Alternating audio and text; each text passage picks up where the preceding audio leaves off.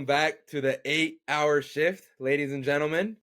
I am here with my co-host, Gabriel Morales Jr., him, and today with our special guest, Za. Welcome in. How are we feeling today, lads? How are we feeling? Hey, I'm feeling good. I'm excited. Hey, it's an honor to finally be a guest on the 8-hour shift. Yes, sir. Yes, that's my left back, bro. That's my center back. That's my center back. San Jose Earthquakes. Call him up, real quick, boy. Yes, man, bro. Well, we're gonna be talking about a lot of stuff today, man. We just had the UCL games today. We had a little bit of NBA playoffs. I also want to involve a little bit of NFL because my boy Za right here, the little Raiders fan. Yeah. Want to talk about his thoughts in the future. So first off, let's just get to learn a little bit of Za, bro. So, AKA, I call him Mufasa. That's when I was first introduced. I read it as Mufasa, man. So let's bring it up, man. So what are your favorite? Let's start it off with this. Your favorite teams in of the sports that you follow. Let's see. So I mean, let's save the best for last. So let's start with football. I've been a Raider fan since I was a kid growing up. I basically I grew into a soccer family. Nobody was really into football and yes, sir. all that kind of stuff. Except for one part of my family, they were Niner fans, but I wasn't too familiar with it. So I was introduced to the sport by some neighbors back when I was a kid. We used to play football and shit like that. But yeah, I fell in love with the Shield. I fell in love with the Shield. I fell in love with the town. And since then, I've been a Raider fan. I can't switch up. Even if they leave to Vegas, they left to Vegas and I got clowned. All throughout high school. I ain't gonna forget that. But yeah, hey, I had to stick with them. Through thick and thin. There you go. Hey, that's fire though. Same when it comes to baseball. Grew up an A's fan. I would go to games with neighbors and shit. Damn. Yeah, bro. I've been at the O-Dog Coast since I was a kid. Basketball. Grew up a Warriors fan, bro. But I got as a kid, what got me into basketball was Kobe. I remember waking up in the morning. My pops would be watching that Sports Center Top 10 every morning, bro. She used to be sick, bro. And then I'd be seeing Kobe highlights on that shit. I'm like, damn, what's that, bro? My dad would go around and be like, oh, that's your padrino right there, this and that. I'm like, for real? He's like, yeah. The Mamba. Oh, bro, the Mamba, bro. So yeah, I love the Mamba. Grew up loving the Warriors. And then when it came to soccer, bro, grew up a fucking Chivas fan, bro. We up top. I don't give a fuck. Let's go. And we in a rough patch right now, but I'm still gonna be loud and proud, bro. Rough patch. How long has it been? 10 years or how long, bro? 9 years, right? 9 years. We gonna hit 9. 10 years and 2 years. In 2 years we hit 10 years. Yeah, 2027. That's right, 27. Yeah, with Almeida, bro. Yeah. No, yeah. Yeah, bro. Yeah, bro. Wow. But I think if you wanna, when you hear Za, all I hear is USA fan, bro. That's all I hear, man. Bro, because if you think about it, bro, so the way I came to be with that was because Mexican. Why the switch up? That's the thing. There wasn't no switch up. There's no switch up. It never started. You can ask Melvin, bro. Even back in high school, bro, I was there when they fucking missed the World Cup, and I was the one getting targeted about that shit, bro. I was the outcast. I didn't even bother watching that game against Trinidad and Tobago, bro. I was at the City Park playing soccer. I check my phone and I get a fucking ESPN notification saying USA has missed the World Cup for the first time in so and so years, and I was like, what? Are they for real, bro? Man. Because you had a young Christian Pulisic coming up and shit, and it's you see that kind of player, and you're like, oh yeah, they should get past easy, especially against Trinidad and Tobago, but dude, they fucking. Damn. Straight Trinidad Tobago. Sometimes when they want to play hard, them motherfuckers play hard, bro. No, yeah, that's. I can't name you one player, but shit, they be. Sometimes they just come out of nowhere, bro. Yeah, bro, but but how that came to be is because growing up, bro, you know how Mexican parents are, bro. They gonna talk shit about the team, about the players, even if they like them. Me, I took that a different way. I was taking it hey, we don't fuck with them, right? And so I was going for the other team, bro, and that's how it came to be. Oh, that is like damn. So that's how. So, like, obviously, I was there. I grew up watching Mexico. Grew up watching like USA here and there. But like, I was mostly on that side. But like, family, everything, all Mexico and shit. Obviously, I had to be there and shit. Like, I was like a phantom in there, bro. Echando porra, bro. Like, quote unquote. But now, like, I was there during that 2014 that World Cup, bro. We went to my madrina's house, bro. They was watching that Netherlands and Mexico. I remember watching Gio score that goal, and I was like, damn, bro, like. And then, damn, I don't know, bro. Ochoa was having a good tournament, and then Huntelaar and Robin, bro. I'm just like, shit. Snyder. Hey. Yeah, Wesley Snyder, bro. Back-to-back daggers in the last minutes. So Zod didn't even go through the Mexico, like, when we all felt that. Nah, bro, because it's like... Nah, I seen it happen and shit, though, and it's like, yeah, bro, it's just crazy.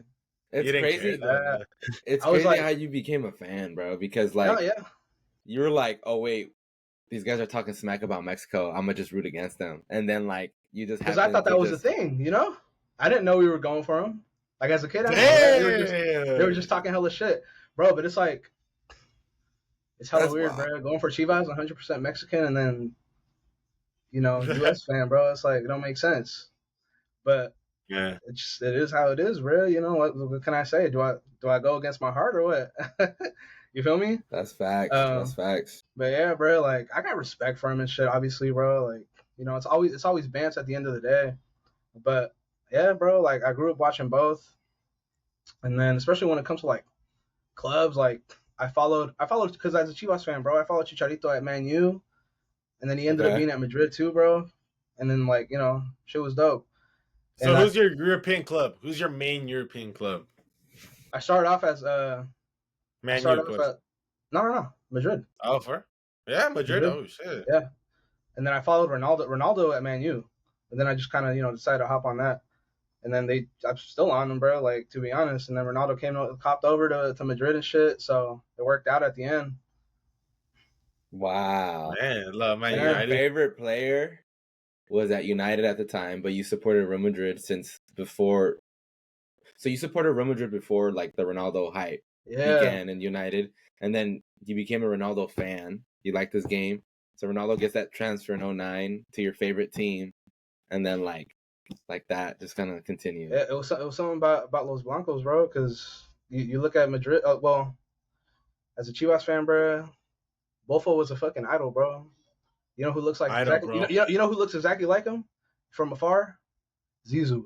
Just that bald head, bro.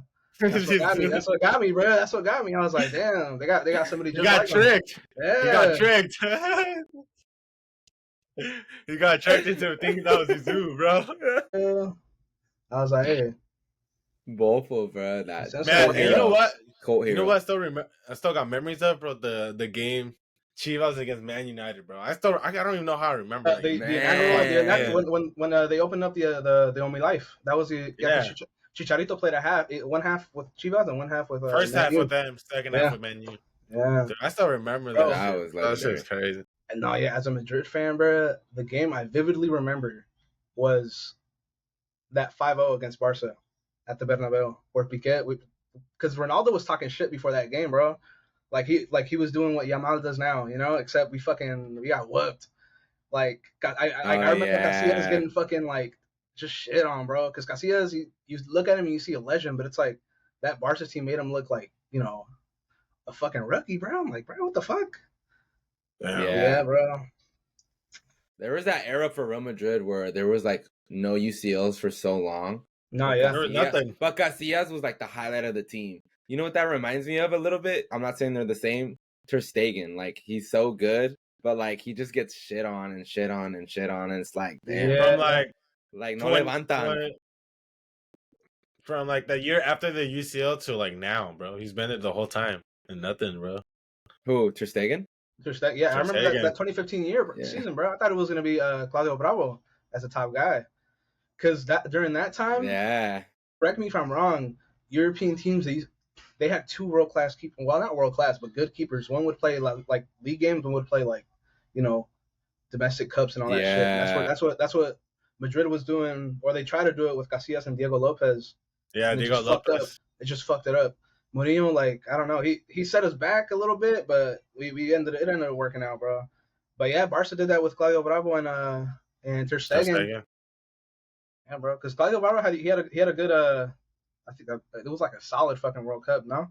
With Chile. He had a solid World Cup. He's always been solid in La Liga. He was solid, hella solid with Real Sociedad, with Vela, Griezmann. Like, they were dope. And then Barca was like, okay, Victor Valdez retired. We need to sign a goalie. But they didn't just sign one goalie. They got Ter Stegen and Bravo in the same transfer window and alternated them in UCL and La Liga. Dude, that whole, like, that year was just like a fucking... It was a fever dream, bro.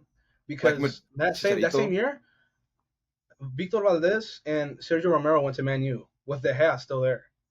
So it was like, what do you need all these fucking keepers for, bro? Yeah. And then I think that was or was it after? I think it was a little after when Zlatan came through and shit. That was like 2016, 17. Yeah, that was right after, bro. Yeah. I don't think there's much of that. I don't think there's much of that anymore. Like teams having like two dope goalies. No, yeah. Like, yeah, it's crazy. I remember Madrid had the season where they had both Keylor Navas and Courtois, bro. I still remember that shit. Yeah. And then also when we got, what's his name? The goalie from PSG, bro. When we had Alphonse Areola. Areola. Bro, that was a shitty ass. That was like what, 2018, 2019? Yeah. That was that shitty ass. That was the worst season. That was the year that Courtois was where Areola was better than Courtois. That was Courtois' like worst year, bro. And then they gave crazy. They gave Mariano the fucking 7, bro. The 7, yeah. I remember that shit, bro. 7, bro. Fuck, bro. Yeah, like, and that was because you're coming. He sold us a dream. Yeah, he sold us a dream against that goal against Galatasaray or whatever the fuck. And against Barca. The Barca, bro. Count Mariano, bro. That was like that's a thing going on, bro. Count Mariano, bro. He had a few games, and then he literally stuck out his contract forever, bro. I'm like, fuck. I don't even know where he's at right now. I don't even think he plays football no more. Because I only heard of him at Madrid, even because where's he from? He's from like what, Puerto Rico or something? He's Puerto Rico, right? Dominican Republic. Dominican Republic. Yeah, before, because he had a first at Madrid, and then he went to Leon, and that's where he played pretty decent, and then we bought him back, and then they fucking hyped him up and shit. Nah, yeah, bro. That whole season was just crazy because you're coming off of UCL like. That was with Solari, Santiago Solari, bro. Yeah, Solari. Yeah, but Solari is good because he did try out all the basically all the youngsters, bro. He was basically our Xavi, playing the youngsters, Valverde, Beanie, fucking I don't know, bro. But he played out the youngsters, not like Ancelotti, bro. Like that boy is not playing no youngsters right now. Yeah, Ancelotti's really fucking shit up, bro. He's a legend. Like, don't get me wrong, like he got the accomplishments, but it's like, you know, I think it's catching up to him. He definitely got them. Yeah, it's definitely caught up, bro. Because the eyebrow shit not working no more, bro. Eyebrow shit not working, bro. What's it? You already know once he puts the eyebrow, he's going back to the bench. It's going like this, and like nothing's happening, bro. He's bro. Too much, bro. No more Kroos, bro. No more Kroos. Yeah, Tony Kroos is a big loss, bro. That's I don't know. Tony Kroos, man. So Za, well, let's see. What are your top 3 favorite films of all time? What are some of your favorite films? What are some of your favorite films? What are some of your favorite films? And you know, after that, you got to put your 3 shows too. I want to hear them back to back, bro. Man, we need. It's been a while since I watched some TV, bro. I can't lie. But for films, watch the what? Like watch any TV, but for films, this is tough, dude, because I can go based on franchises count. Franchises count. Franchises. You can see a whole franchise. Okay. I definitely got to put. I'm putting Interstellar up there. Interstellar. That Interstellar hit really different. Interstellar hit real different. Yeah, bro. That thing's a trip. That's a trip. Yeah. So Interstellar number 3. Interstellar's number 3 or number 1. Oh, I have to order them from 1 through 3. Oh shit, that's rough. There you went, man. Can't lie. Interstellar's not even in my top 5 Christopher Nolan movies. Damn, bro. That's crazy. That's actually wild, bro. That's actually fucking wild. You know why though? It's like for a group of people, bro. That movie didn't really get to me, bro. Can't lie. Yeah, I get. Yeah, I'm tripping. I'm not tripping. Damn, really. I was thinking. Let's hear it, Zach. Come on, because I definitely got to put like somebody like I really fuck with Harry Potter movies, bro. Harry Potter, you can put the whole franchise, bro. I put that at 3, bro, because Harry Potter, like, Caesar's smiling right now. It's one of those that start off slow. It's because with Harry Potter, bro, it's really mainstream, you know, and anybody can watch it. I'd put Star Wars up here, but like, you got to be really in the know, like, to like enjoy that shit. So I'm gonna leave it as an honorable mention, you know. Oh, okay. HM, okay. Honorable mention. Love Harry Maguire. HF. H&M, bro. H&M. I'm trying to think, bro. That shit's crazy. Well, you know what could make it easier? What's your favorite of all time? There you go. You start with your favorite. Yeah, I'm telling you, bro. I go by genres, bro. But yeah. Fuck it. Let's put Star Wars up there, bro. Oh, Star Wars where? Yeah. But Where does Star Wars sneak in? Where? Let's put 1. Star Wars 1, Interstellar 2, and then throw Harry Potter at 3. Okay. Damn. Okay. Yeah, that's respectable. Nah, Interstellar's dope. Yeah. I get the same vibe from I'm Interstellar a big sci-fi with guy, Oppenheimer. bro. Like, you know? Yeah. Yeah, I love my sci-fi too, but nah. Yeah. And then I also, since you said that you don't really watch many shows, just say like you can just name 2 if you like, bro. Like you don't have to go all 3, bro. I'll name like I haven't watched them in a minute, but obviously Breaking Bad's number 1. Breaking Bad's gotta be number 1, bro. Let's go. Let's go, bro. Let's go. That's a big. I haven't watched. What's it called? What the fuck's the fucking spinoff? What's it called? With Saul. Better Call Saul. Better Call Saul. Better Call Saul. Or El Camino. I haven't watched that one either. The movie. I like Better Call Saul more than Breaking Bad, bro. In my opinion. Bro. Really? I did indeed. Yeah, I gotta go with that. Honestly, bro, fuck it. Yeah, I'll go with that. Number 1. Number 2, one that I really liked was Daredevil. Like Netflix. Daredevil. Yeah. Okay. First 3 seasons. First 3 seasons were peak. Have you watched? Did you watch the new ones? Nah, the one on Disney Plus. Nah, me neither. I'm scared, bro. I don't want it to ruin the image. You know, ruin my perspective of it. All I heard is that it's 8 episodes. First 6 are mid, but the last 2 are like dope. That's all I heard. First 8 are mid, bro. You gotta wait that long, bro. That's crazy. No. Like there's 8 episodes. First 6 are mid, and then the last 2 are dope. Damn. That's what I heard. Damn. And then just for like comedic relief, bro, like that 70 show. That 70 show? That 70, yeah. Dang. But honorable mention, bro. Honorable mention got to be the Punisher, bro. I fuck with the Punisher heavy. Punisher too? Okay. Punisher, bro, that, the Netflix Marvel universe is pretty. Yeah, I liked it too. The Netflix Marvel universe. Yeah, bro. Man, well, let's see. We're gonna get to the Barcelona, Inter, Milan. Come on, man. What are you guys' thoughts on Let's start off with the Barca fan. Barca fan, you gotta start it off, man. We gotta hear your feelings, man. Well, first and foremost, I was pretty nervous going into the game already. Like not having Balde and Kunde, them being so much like key pieces to our defense, and then the ball progressing to the offense, and them helping our wingers. Like I don't know, I wasn't really confident in Gerard Martin and Eddie Garcia entering this game, and in the first half it showed. Like they were proving me right. Like these guys weren't doing nothing. Like Inter was all over us. Pedri and De Jong weren't really connecting. They weren't really managing the game like they managed the game, like I've always seen this whole season. Olmo was pretty disconnected from the match. Like it was really bad. The only thing I saw, like, okay, we might have a chance, was from Yamal, bro. Like Yamal kept us in. Like those sparking moments that we all love to see from footballers. Yamal provided that for Barca. But I gotta give credit to Inter, bro. That 5 midfield and then it transitions to 5 in the back is insane, bro. Like I don't know how you can plan against that, bro. And it felt like what Flick provided that first half was like nothing was working, bro. Nothing was working. And then they opened the floodgates with Lautaro, and then what I thought was a clean tackle at first when Cubarsi celebrated it like it was a damn goal. VAR comes in, says, nope, you hit his foot first, then you hit the ball. Then I come to a conclusion where, like, oh my gosh, I thought he got ball. No, that is a PK. So I would say that is a PK. And then Chanaloglu, they go up 2-0, bro. I'm not going to lie, bro. I was hella mad. I was like, cussing shit. I was mad. At least Chanaloglu made the penalty, not like Vitinha today, bro. Like, Vitinha con the little pass, bro. And you know what I liked? What you said from there? What I like from Melvin saying is that, damn, like, how can you play against a 3-5-2? Just wait till next season, bro, with Xabi Alonso, Real Madrid, 3-5-2, 3-4-2-1. That's kind of the way you play with Trent, too, bro. Get ready, man. Get ready.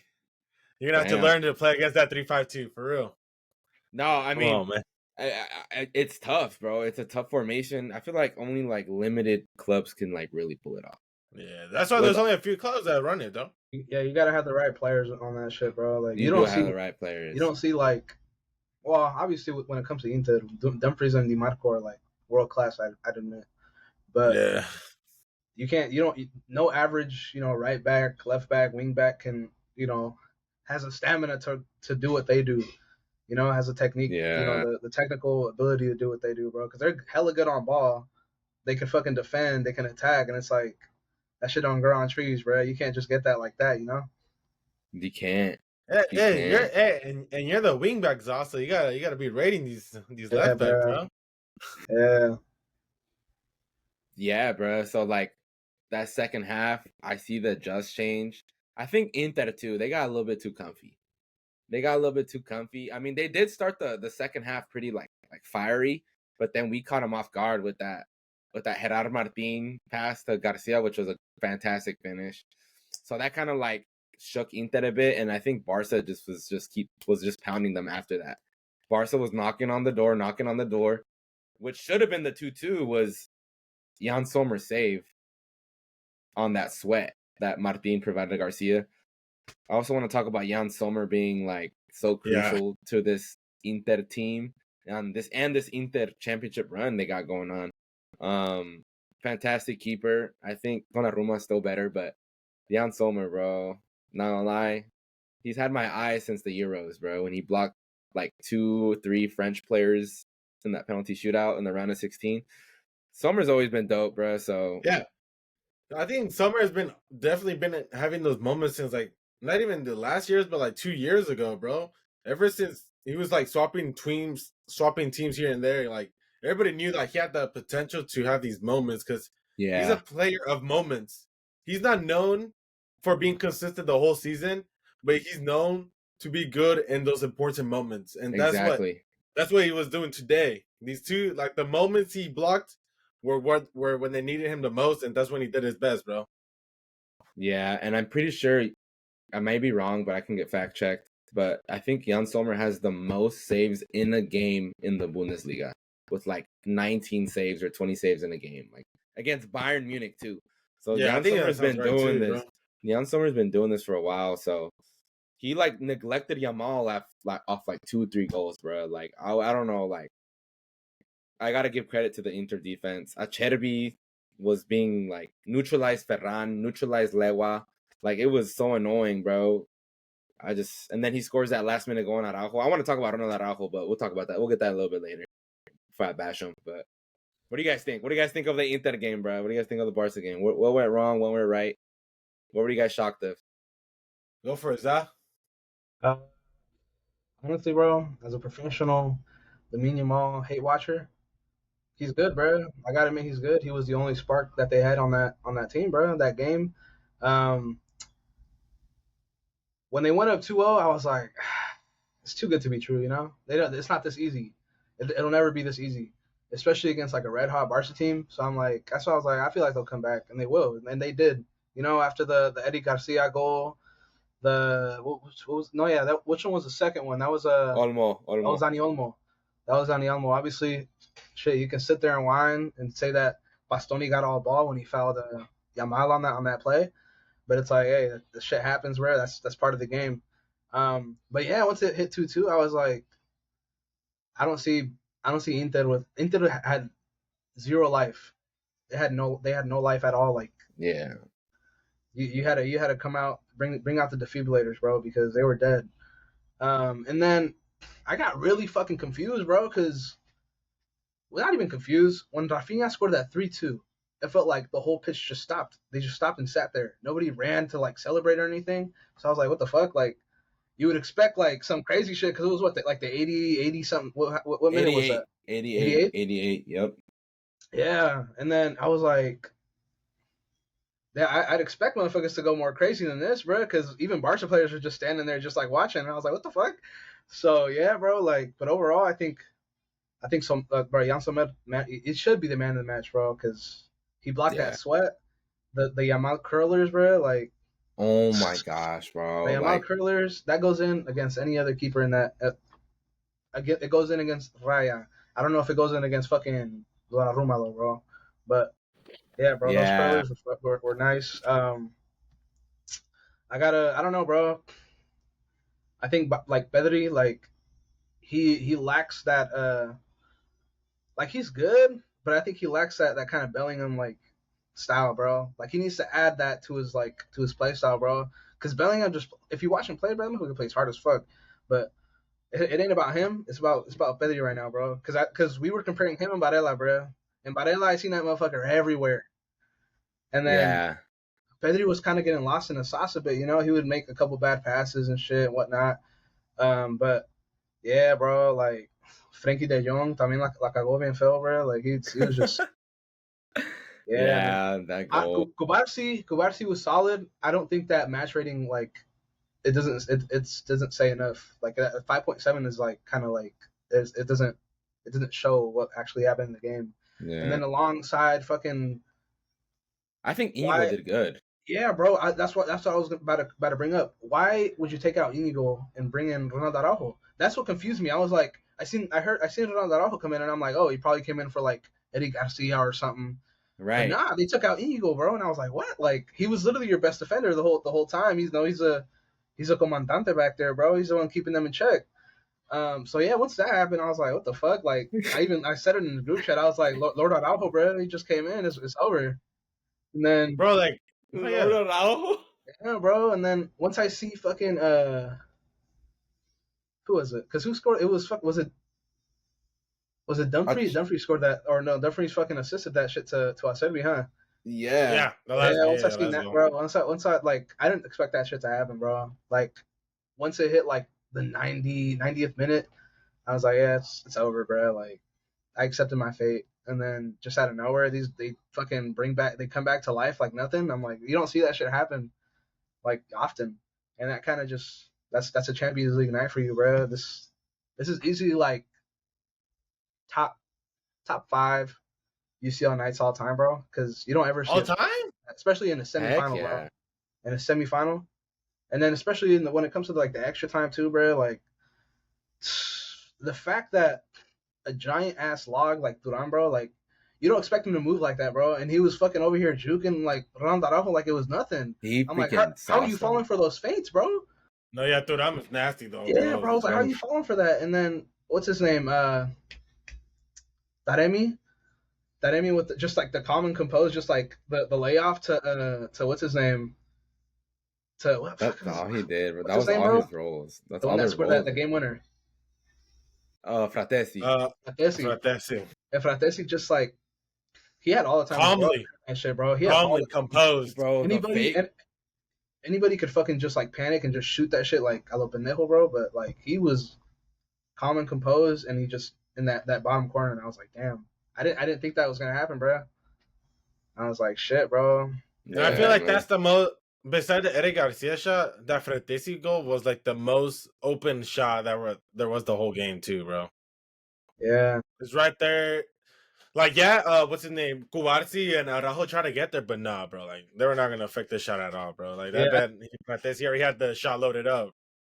I think with what happened with Barca was they had that tunnel vision, bro. Once they hit 3-2. They had that tunnel vision. Yeah, they're still young, bro. Like they're still young. They haven't been in that situation where they gotta like really defend like their fucking asses off, and it just came back and bit them in the ass, bro. So that's kind of just like how it is. And shit. I feel like Hansi Flick did like the current version of Ancelotti. He just made bad subs, bro. He made bad subs, bro. Yeah. That's what Casillas lost, man. That Araujo sub was so unnecessary. Like, I swear, like, it was so unnecessary. You could have kept Inigo. I heard, like, post-game, like, Inigo felt discomfort in your knee. Bro, like, play the rest of the game. We need He has 24 fucking days to recover from that fucking knee injury if he had one, bro. Man, he doesn't even need to play against Real Madrid this Saturday. Finish this game, get ready for the UCL final. Or put Christensen in. Christensen's better than Araujo, bro. You guys have Christensen too, bro. I don't know why you never keep on, bro. And then, but also, I think it's just like something like the NBA and all that, bro. Like, he's re-signed Ronald Araujo for all that money. That's the reason they gotta play him, bro. Probably got some incentives to like play this many games or some shit. Like imagine they're like fucking, you know, if you don't reach this many games, we gotta pay you this much or some kind of shit like that, you know. So they gotta like force that boy in there somehow. But yeah, tough, bro, like tough watch. I think. Hey, but look at Martin's second half too, bro. Martin balled out that second half, bro. He's the one that started bringing you guys back, bro. Yeah, no, I was surprised by the fullbacks, bro. I was surprised by the fullbacks, hella, bro. But that shows. And then Dumfries, he felt really quiet that whole game, but like he quietly had like a good ass game. Because compared to last game, he was fucking scoring like that fucking Chilena and shit like that, bro. And this game, he was kind of like, I don't know, no so yo, bro. Like he got these assists and shit, but like that pass to Xabi, yeah. Gerard Martin, like, I guess they said he slipped. I mean, you could see how you want to see it. I mean, Dumfries kind of like got a little piece of his foot there, but it wasn't enough contact or like power enough for Martin to be called a foul on Martin. So the ref said play on, and then Dumfries just delivered it, bro. But the fact that Acerbi makes it too, like, 38-year-old Dino, the top finish right there. It was a good top finish. He played all the 120 minutes, bro. I was like, when A-Rod was like, how does this old ass have more fucking energy than me? And I was like, damn, is he that old, bro? Like, he's actually like 37, 38. I was like, holy shit. Yeah, he's pushing 40. Yeah. No, yeah, bro, but I think Yamal's still young, bro. Like, he'll get it, like, sooner or later. But he got to finish those. He had that one-on-one and shit. And then, I mean, like, especially in a time like that, I could see why he's scared to shoot with his right foot, bro. So he kept trying to go with the left, go with the left. So. Yeah, I think that's my bad. That's the first time I've ever seen Lamine take a shot with the right in so long, bro. That's literally the first time I've seen him take it with the. He scored on Madrid with the right, bro. That's what he did. Yeah, he scored on Madrid with the right, bro. Damn. Yeah, it's rare, but when it happens though, it might go in, bro. Yeah, man. And then something I want to touch up on Marcus Thuram. I said it like yesterday. He looks like a Lukaku with the first touch, bro. Like, he has a good touch. He has hold up play, but when he receives the ball, it's like smooth. Like, he has a really good first touch, and I like seeing that from a player of his caliber. He's basically their Benzema, bro. It's basically. Yeah. Lautaro is the one that, like, he has some, like, I don't know how he, like, his hold up play is crazy too, bro. Like, they both have crazy hold up play. He's like a straight log with Argentina too, bro. It's like, who's this player, bro? It is, man. It's just that Inter, he turns up, dude. But I do think Marquinhos and Willian Pacho are gonna have some. They're gonna have some struggle against Lautaro and what's his name, Marcus? Marcus Thuram. Yeah. And that's what Paris Saint-Germain is worst at, bro. Their center backs, bro. I think that's their Achilles heel right there, bro. Because other than that, bro, they're top at every other position. Let's get into that game, bro. That was a good game too, Let's see, bro. That was a fantastic game.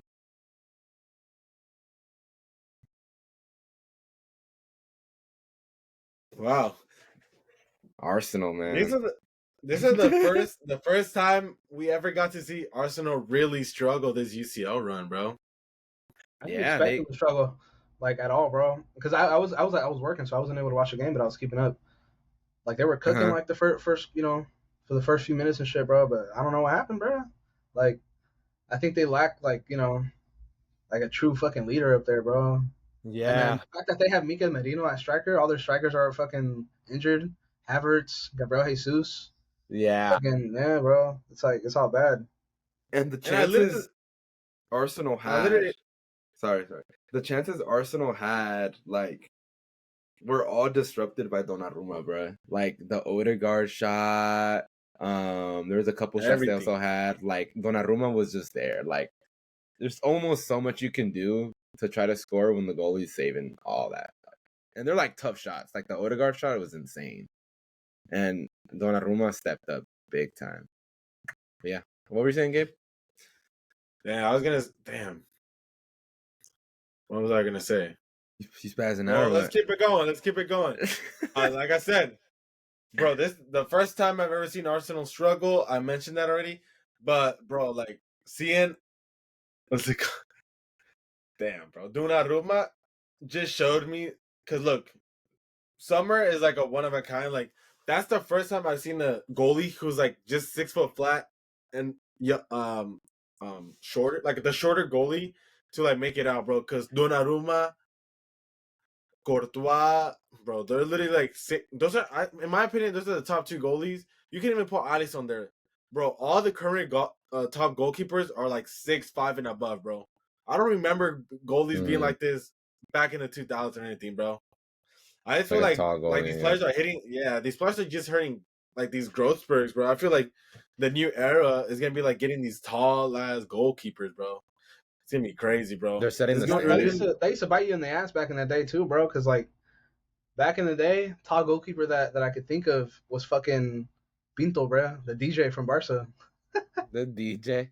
Diego Lopez was a tall ass goalie. Diego Lopez too, but it's like they were they were a liability because the driven shot like was hella like easy, you know, especially against them. They can't get down there that quick as somebody a little smaller could. So. But in my opinion, Donnarumma and Courtois get those easily, bro. Like I don't know what's going on. Hopefully, there's just not like a. Wait, we don't know. They're just a one of a kind because these 2 goalkeepers like the tallest keepers we got, and they're the best at everything, bro. No matter what, low shots, high shots, like any type of shots, bro. They just get it like easily, bro. Mm-hmm.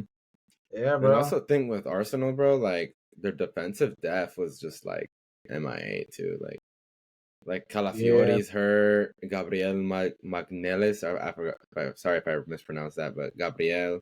Like Gabriel is so crucial to that partnership with Saliba with Kiwior in there. Like Kiwior, you're cool and all, but you're not the same level as Gabriel.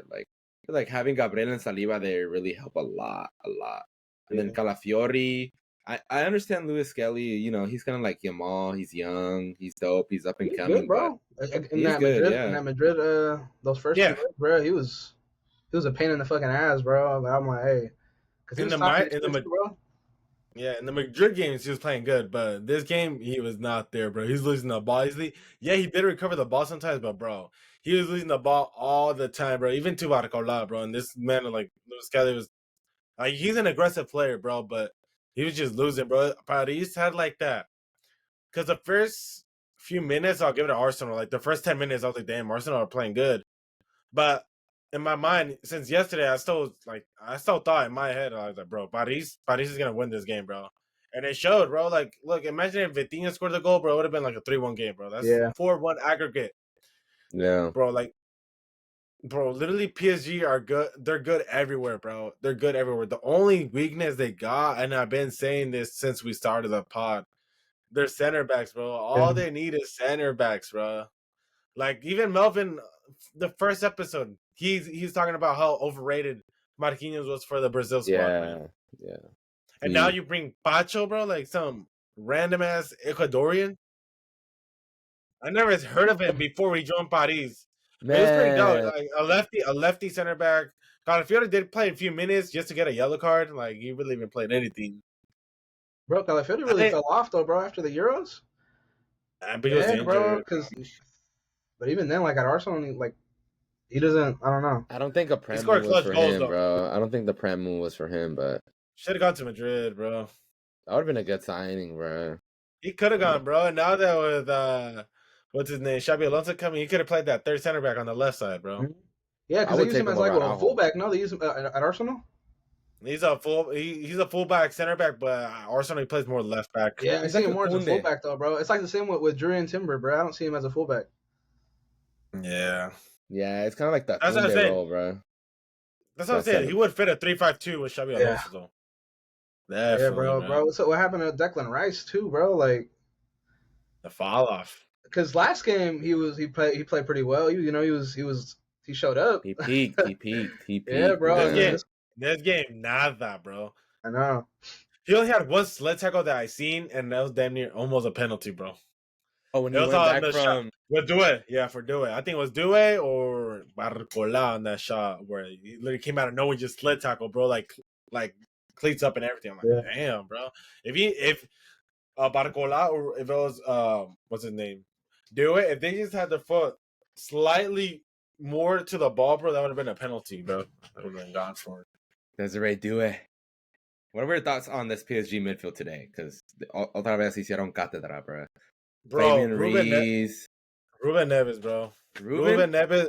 Joao Neves. Yeah. Joao Neves, bro. Joao Neves. No, okay. No. Joao Neves, even though he had the middle one, Fabian Ruiz played good. But Joao Neves was my favorite center mid this game, bro. He was getting the ball back, everything. He had the close touch, everything, bro. He was doing everything on that field, bro.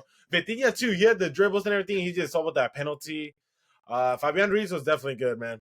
There's just a few plays where he was like playing it back all the time. Like, bro, like, come on, man. You got to play forward sometimes. Like, too, I think he was playing scared with the ball. Even if he got player of the match, he did play really well. He had that dope goal. Pecho de volea. Pretty nice, bro. Yeah. Sheila, bro. Sheila played good, too. The first few minutes, he was like dogging them, bro, on that side, bro. Yeah. He was dogging Bukayo Saka, bro. Yeah. Him and Mendes, bro. Yeah, bro. Yeah, bro. Bukayo Saka didn't do anything until like the last 15 minutes, bro. That man did nothing, bro. Gabe, are you putting Bukayo Saka as one of your top 5 wingers in the world right now? Bukayo Saka. Let's see. Mohamed Salah. Not in order, because my first... What's it going?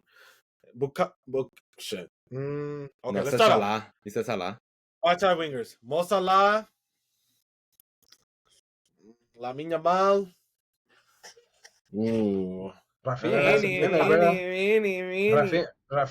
is not top 5. Yeah. Rafinha. Vini's not top 5. Vini's not top 5 this year. He's not. Okay, this year. Okay. Vini's not top 5. Dembélé get in there, or Dembélé a striker this season? Man, that's what I'm saying. Because Mbappe and Dembélé, they're both natural wingers, but they're playing striker. You got to label them as strikers then. Because they're not playing label them as strikers? You are a winger, but you're playing striker. So this season, you're a striker. Okay, we'll say this. From the top of my head. Or no? Oof, nah. I think Saka's a lower tier top 5. So he's like in that 4-5 range, in my opinion. 4-5-6. He can make it. You're taking Saka over Vini, though? This season, yes, I am taking. This season? Saka. This season, yes, bro. Have you seen Vini this season, bro? He cannot shoot. He cannot shoot for nothing. Yeah, I've been trying to stay positive about Vini, bro, but I'm just like, damn, I can't keep defending this man, bro. Not this season, at least. Not this season, his shooting. His best part of this game has been his playmaking, bro. His dribbles haven't been hitting. His shooting. The only thing he's been doing, in my opinion, very well was his playmaking, bro. Yeah. That was his best part of this season, man. Yeah. No, yeah, definitely. Bro, but like, back on the Vitinha thing, bro. Him and Neves are cooking something up for that 2026 World Cup, bro. Portugal. They finally have a midfield, bro. They finally have a midfield, bro. When was the last time they had, like, 2 guys like that? And then Popalinha, that CDM, bro. I heard he's been asked at Bayern, though, bro. How's he been? He hasn't done... Who else he hasn't been playing. He hasn't been playing. Bro. For real? Think about it. You have Pavlovic, Alexander Pavlovic starting at CDM, and then you have Kimmich next to him. Or Goretzka. That boy should have stayed at Fulham, bro.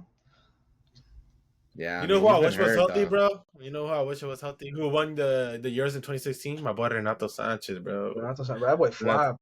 So wait, so the midfield for the midfield for Portugal, would that be Vitinha, Bruno, Neves then? Yeah.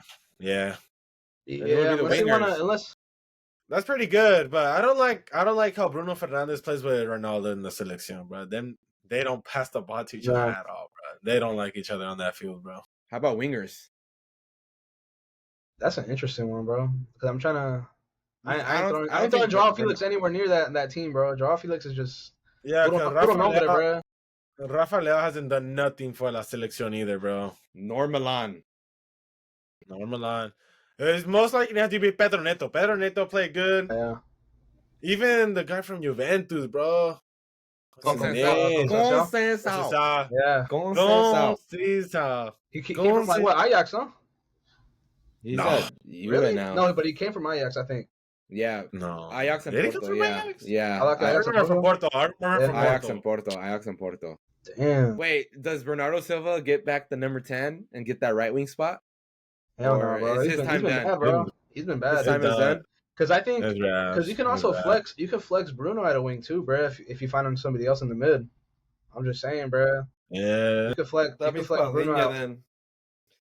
Put Joao and Vitinha. But yeah, unless you don't even run a cam, you just run 3 flat. I know. I would ask Pepe to come back for that center back spot, bro. Come out of retirement, bro. He was the best. They got a good center. The guy from Sporting. The guy from Sporting, bro. Gonçalo Inácio. Yeah. Or Antonio Silva. Inácio. Or Antonio Silva. Hell no. Hey, Nuno Mensch is at left back too, bro. So yeah, he's right back. But Antonio Silva doesn't. Oh, Dalot. Okay. Cancelo or Dalot? I go Dalot, bro. Ronaldo's gonna put Dalot in there, bro. Yeah, and Dalot. Cancelo doesn't like Ronaldo, huh? And they don't like each other. Yeah, but it all depends on the coach, bro. That coach be fucking shit up. Roberto Martinez, bro. He's ass. We don't got that Belgian generation no more. He don't got that Belgian golden generation anymore. This is different players. Hey, it's gonna be interesting as World Cup, though, bro. Man, and then the goalie's top though. Enrique, what's his name? Diogo Future Costa. Barcelona goalkeeper. Diogo Costa. I was gonna say Rui Costa, but that's the other guy, huh? The one before him. Rui Costa is the freaking legend. He's a legend for Portugal too. Yeah, the one before him. Rui Costa, bro. He's gonna go to Man City. He's gonna go to Man City to replace. Ederson. Ederson's gonna go to Al Ittihad. He's gonna go to one of those Ittihad. Not Hilal because they got Joao Bono. Probably one of the other. Ali. I was saying Al Ittihad because Al Ali has the Chelsea goalkeeper. Yeah, the Senegalese. Yeah, Mendy. Yeah, Mendy, and then Al Ittihad doesn't have anybody, and Al Ali. Ronaldo signed some Portuguese Brazilian dude. I don't even know his name, bro. I didn't even know who that was. Bro, that guy started for Brazil one day, bro. He started for Brazil against Argentina. He's ass. He's so ass, bro. Yes. Brazil started against Argentina. You know, the recent ass game they got when Rafinha was yapping. They started that Al Nassr goalie at goalie against Argentina for the World Cup qualifying. Got smacked. He's ass. Yeah, bro. Yeah. Brazil. And you know what? Also, Due as striker was kind of different too. I know. I saw that shit too, bro. Because I was like, I thought they were gonna run. Oh my, go ahead, bro. Yeah, for me, Due was like it's like an Mbappe, bro. That boy was just whipping from banda to banda, bro. Banda to banda, bro. Sometimes he was good to the right, sometimes to the left. He was dope, but he didn't really do anything in this game either, bro. Striker's just not him, bro. I feel like they could have put. I don't know who's better at the striker from Barcolao Scala, bro. Probably Why don't you just start Gonçalo Ramos? Yeah, I thought they were going to put Gonçalo Ramos up there. And then Barcola come off the bench. Dewey start. Well, Gonçalo Ramos is not that good, bro. I'd rather have Dewey as striker than a pure non-net striker. Yeah. Ever since he got leads, bro, he's been ass. He got leads. Really, bro, posted that, bro. He got Jamal Murray, bro. He Jamal Murray'd it, bro. What? Well, Jamal Murray was a benefit for him, isn't it? And then Gonçalo Ramos. He started. He was the one who started over Ronaldo too against Morocco. No, was it Morocco? Yeah. Just because he had a 1-game wonder. Yeah, 1-game wonder, bro. He had a hat trick, bro. He had a hat trick. Yeah, before and after that, what has he done? He's done nothing. Yeah, that's true. I think Luis Enrique definitely wanted to experiment, do it at striker, thinking like maybe he can get the same thing out of do it like he does with Dembélé, but it didn't really work. But I think it was too small for that. I think he is too small for that. He's still young too, so he's young, bro. I do see him as a damn.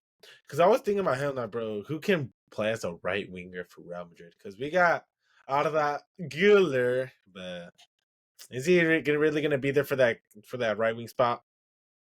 He might be another Ozil. He plays there for a bit, and then you get shipped off.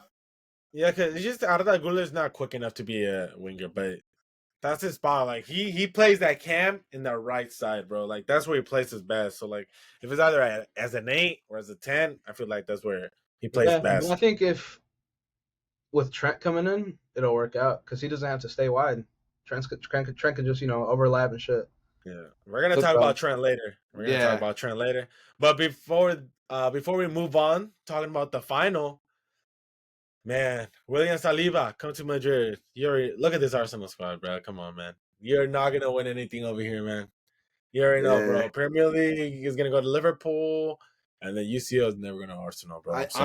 Honestly, bro, like I feel like that Arteta like trust the process is gonna end up like for my NBA fans that are watching, kind of like the Sixers process, bro. Like it's slowly gonna die. It's dying off. I feel like Odegaard is gonna be 27. He's pushing 30. Saka's kind of the only like bright spot, I guess. And I don't think Arsenal have pool. Like they don't attract big names. Yeah, they don't. Kind of like Liverpool. And I feel like their peak was what? Was it last year? The year before when they almost? I think it was a year before, bro. When they almost won the league, bro, and they choked that shit. 9-point lead. Yeah, 6 bro. games left, bro, and you lost it. Did you hear what Arteta said after the game, bro? He's like, "Yeah, we were the best team. Like, both legs, this and that." And I was like, "Hey, bro, show some respect." But fuck it, bro. I mean, that's. Nah, I don't agree with that because they're still very young, bro. Declan Rice still there, young. Lewis Kelly, young. Yeah, but then you gotta replace you got Thomas Partey, who's aging. Yeah, this is the future. You're gonna replace Martinelli, Partey, and that's it, bro. Well, you gotta hope Gabriel starts getting healthy because he gets injured damn near every season. Saliba, he's gonna be. Because let's be real, Saliba's boys, all his boys are in Madrid. Camavinga, Mbappe, Tchouaméni, all his boys are there, bro. So like, oh shoot, like I can play for the best club of all time, and they'll sign me, they'll pay me, like bro, like. And they're gonna start with the new system and everything, new culture, new project, like bro, like why not, But I might be speaking too soon, saying that this project might be cooked, but. And Xabi Alonso made center backs better at Bayer Leverkusen. You heard Hincapié getting better. Jonathan Tah, even though Jonathan Tah was all right, but once Xabi Alonso got there, he got bigger. He got more into the title where even Madrid and Barcelona wants in on him, bro. Yeah, Jonathan Tah. He's an OG, bro. I'm not gonna lie. I've been knowing him since I first knew about him since FIFA 16, FIFA 17. Yeah, that's OG, bro. Yeah, and then I started hearing about him more when Alonso, like you said, when Alonso came in, I was like, oh shoot, Jonathan Tah is probably the best center back in the Bundesliga as of recent. So yeah, I agree. La final, bro. La final. The lineup builder. I didn't even know FODMAP had that, bro. I'm not gonna lie. Man, let's start it off, bro. Well, before the lineup builder, let's just speak a little bit of predictions, bro. We're all going to give our predictions. The UCL final, we're going to start from the bottom to the top. Za, Melvin, me. Start it off, Za. What are your predictions? Scores, and who's overall taking it, man? So this game's going to be like a toss-up, bro, because obviously it's a whole... And you know what else, Za? I want you to put a player of the match for it. I want to see. All right. See how far predictions can make it. So yeah, that's a good one. Obviously, there's a whole thing going around. A new champion is always crowned at Munich. They're playing at Allianz Arena, so that's already pressure on PSG right there. They can't be the odd man out.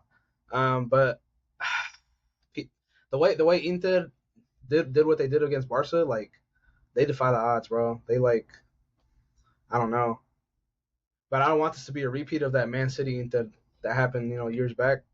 Man, so I'm gonna go with. I'm gonna say Inter wins this, bro. I'm gonna say Inter takes this. I'm gonna go with the.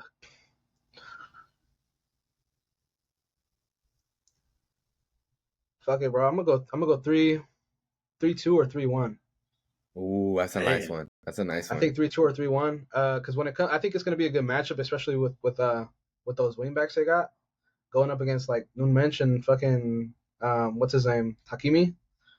But if that Inter's sweet spot is they're strikers, bro. And who's gonna be covering them, bro? Marquinhos and Pacho, like. But the one thing that does scare me is that it's any given day, any given game, those center backs can just play the game of their life. That is the same true. way. Who was it? Fucking. Who the hell was playing? Xabi played the game of his damn life, bro. Like crazy. Damn. Yeah, bro. They were playing like crazy, bro. So yeah, I think. They're about to make like that legendary picture of like Jesus Vallejo playing the 115 minute and then him standing all the Man City players on the floor, bro. I'm like, I'm on, bro. Nah, yeah, but I'm gonna go Inter. I'm gonna say man of the match is gonna be. I'm gonna go Dumfries, bro. I'm gonna go Dumfries. Ooh, Dumfries? Yeah. Dumfries would solidify himself as the best right back in the world. Okay. Yeah.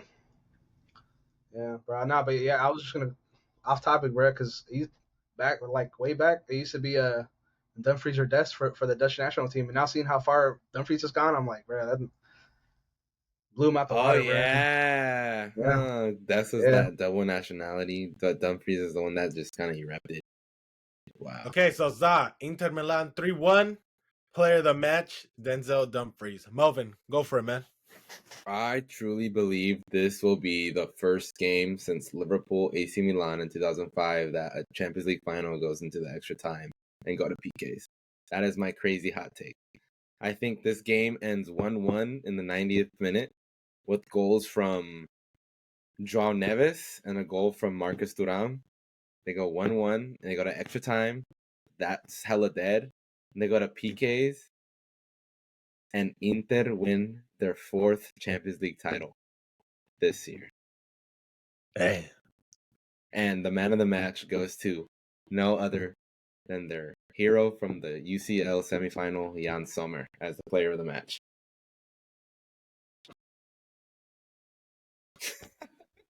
Prediction time. I will be the odd man out. I will go with Paris Saint-Germain. Man, I've been calling it, man, since Real Madrid have been eliminated. I've been saying Paris Saint-Germain will win the UCL, man. I'm predicting a 2-1 final. Okay. Goal. I felt, look, Dembélé was a little off this game, but he just came back from injury. Hopefully he comes back faster and bigger and better. So my 2 goal scorers for Paris, I see another goal from Hakimi. I see Hakimi goal. Damn. And I see a goal from Mr. Do It. Mr. Do It my way. Come on, Do It. Start cooking it up. And then from the Inter Milan side, I see a goal from Lautaro Martinez. So does this game go? Who scores first? How does the game go? Does this go 1-1 and then a 2-1 game winner, or 2-0 and then that goal comes in? I believe it's gonna be like a Due goal first, Lautaro in the start of the second half, and then on the second half, bro, Hakimi with the Hakimi he better pull out the move again. He said that. And with my play of the match, I see Donnarumma with over 9 saves, like how Courtois did it, bro. Oh, yeah. Damn, bro. Yeah, Donnarumma, that's right. The reason I went 3-1, bro, is because I think Inter goes up first, and obviously PSG is gonna be on that ass. But Inter, they're counterattack merchants, bro. Who's gonna be defending that? William Pacho and Marquinhos, bro. The 2 fucking logs, bro. Like it's.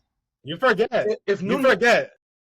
Nuno Mendes and Hakimi. But if they both move up a lot, bro, that's the thing. They move up a lot. Yeah, but they always come back, bro. Yeah, but if you catch them lacking, bro, you think maybe. But I think I think no, because where I seen in this Arsenal game, Hakimi and Nuno Mendes with their center backs, they're always in communication, bro. They're always there, bro. They're always there for them. That's why. Will Vitinha and João Neves be able to handle that 5 in the middle? That's true. I think João It's tough. I don't think John Neville's hangs, bro. Vitinha will handle his still own. young, bro. He's like, what, 20 years old?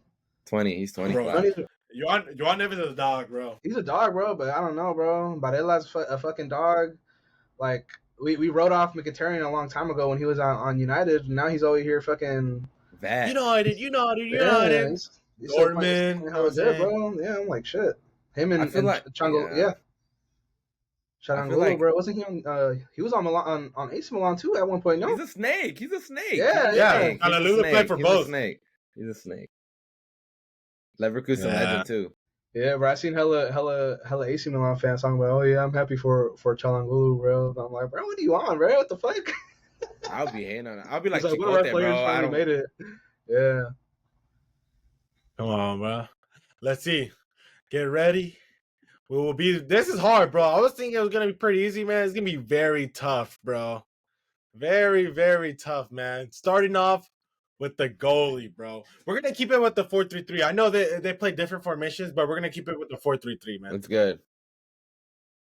The goalie, bro. That's tough. But for me, Gianluigi Donnarumma, number 1. Easy, yeah. I think I like Summer. I did say Summer's my man of the match, but I recognize that Donnarumma is a better goalkeeper than Summer. So I'm gonna ride with Donnarumma here. Za? Yeah, I'm going with Donnarumma as well, bro. Donnarumma. Summer's good, bro, but Donnarumma is just like, he's been blocking shots that you fucking, you don't. He's out of this world, bro. He's an alien, bro. Yeah, he is. Pick your 2 center backs, Gabe. What you feeling? Off the back, what's your 2 votes? Because I wanna keep the wingbacks at the end, because that's gonna be that for me. That's the toughest, bro. The toughest, man. For the first center back, left side, I'm going with Bastoni. La pierna izquierda de Bastoni, bro. Starting off, bro. I'm going with Bastoni. You all agree? Yeah, I agree, bro. I'll go Bastoni. Bastoni, bro.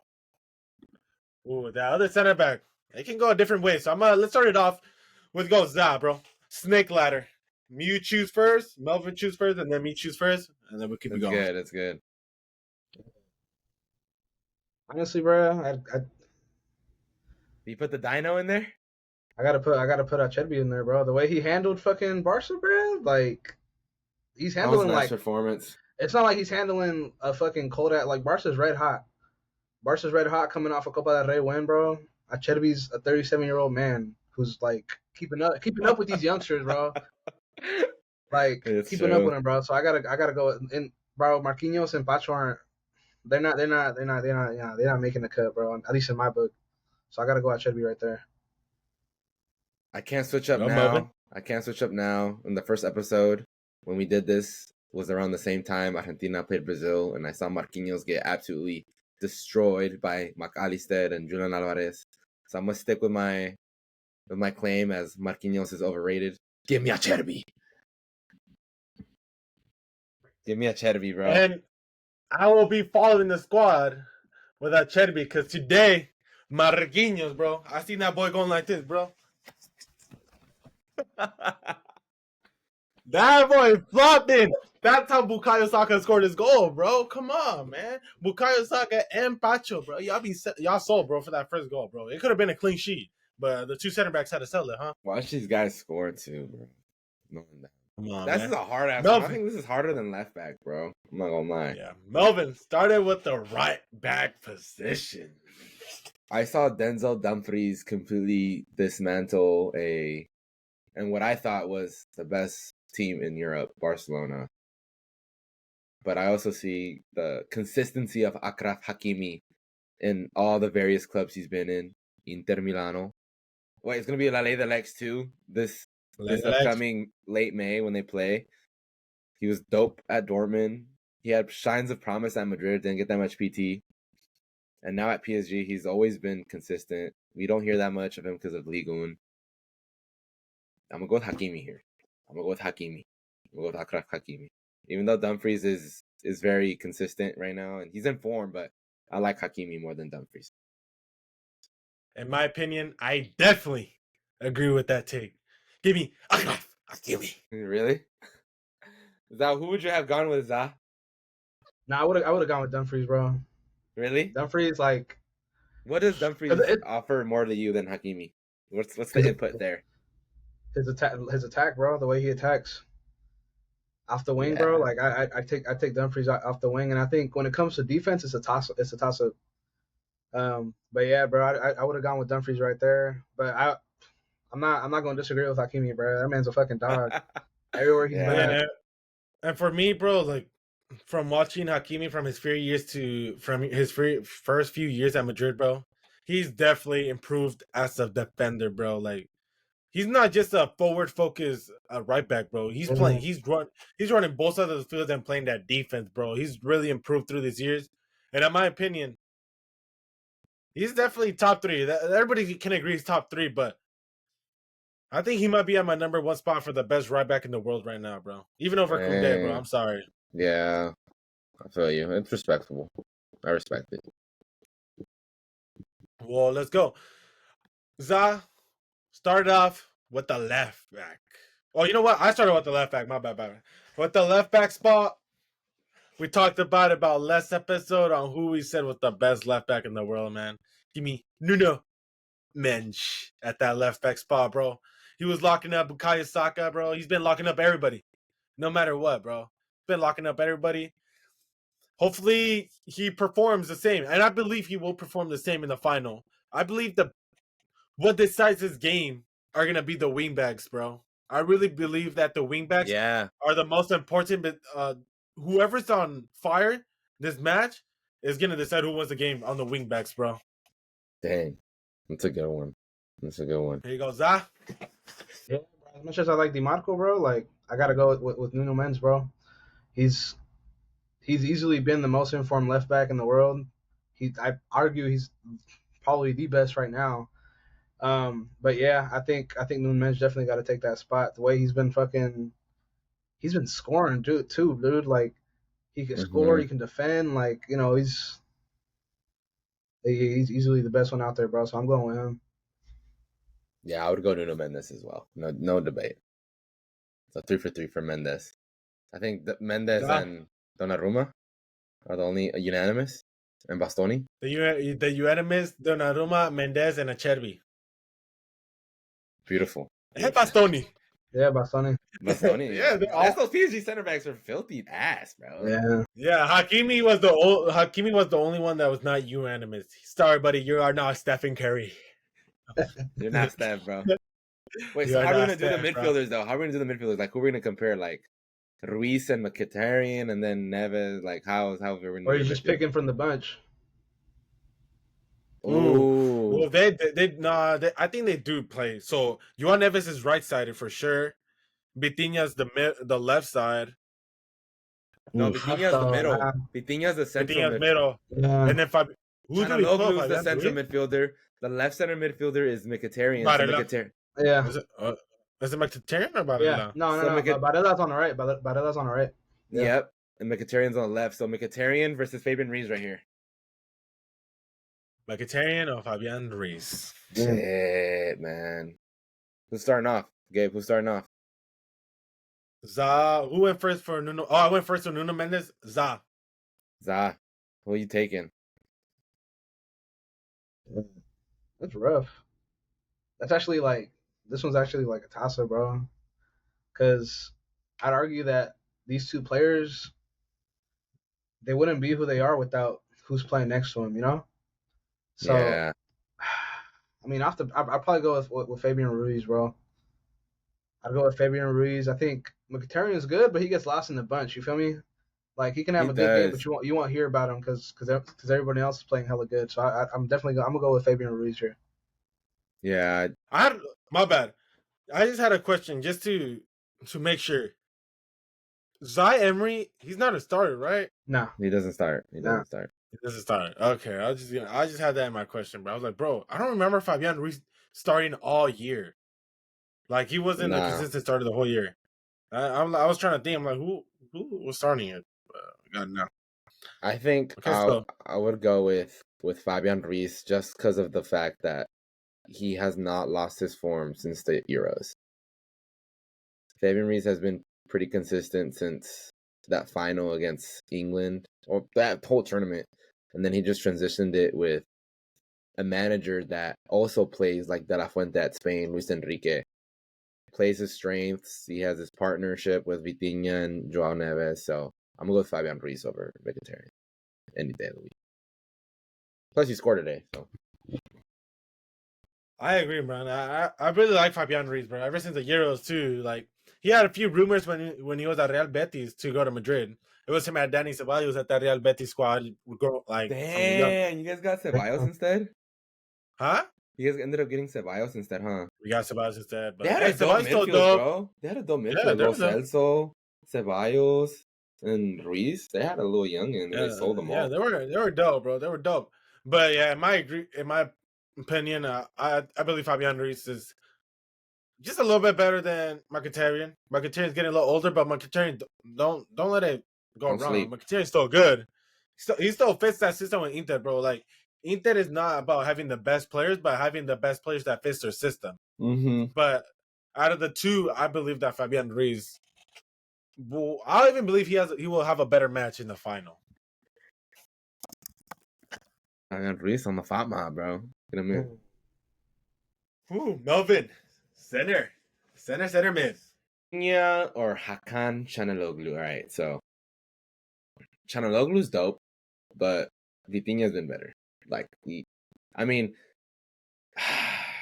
don't want to discredit Çalhanoğlu and call him ass or anything because he's not, but Vitinha has just been, he's been a top 3 center midfielder this season. There's no debate, so give me Vitinha. Like how we said last episode, top 3 midfielders in the world, Pedri, Valverde, Vitinha. So give me Vitinha into the starting lineup. That's fair, bro. That's that. Is he gonna be unanimous? Nah, that's gonna be unanimous, bro. Another unanimous pick, bro. This is a hard one, low key, bro. This one's upcoming hard. Yeah, but I don't know. I'd go for it, Gabe. This is you. You guys know I love me some Joao Neves. So give me Nicolo Valera. Nicolo Valera, bro. Come on, man. We cannot. I'm not just gonna let my Joao Neves love get in the way of Nicolo Valera making the starting lineup of the 8-hour shift. He knows he wants to start up for the squad, and Nicolo Valera's been top, bro. He's been one of the most important players. I still believe the wingbacks have been the best players, but Nicolo Valera, if he wasn't in that midfield, they wouldn't be as good as they are right now. Barella doesn't get the much credit he deserves. He can dictate a game like a technical midfielder, but he can also be box to box, give you so much good input offensively and input defensively, and he can control a game. Neves, you're 20 years old. You have a lot of time. I love how you play. I love how tough you play, but it's not your time yet. Nicolo Barella. Easy. Unanimous? Yeah, bro. Honestly, I gotta go Nico Varela. He's been him, bro. Yeah. He's been. I still remember his ones to watch. FIFA 20. Ones to watch is crazy. He was the one I packed, bro. Nah, but yeah, I'm gonna go with Nico Varela, bro. He's a dog. I like Joao Neves, bro, but he's still, he's young, he's growing. But he'll get there one day, bro. But at this point in time, I'm going with Nico Varela. Fair. Wow. Okay, and then for the 3 is a little different because we know that Inter play with the 2. Do you guys want to make the 3rd up top Fratesi, or we can put De Marco at that left wing? What if we who should we? What if we put Dembélé right wing? Because honestly, I'm taking Dembélé over Doué and Barcola right wing. I'm not gonna lie.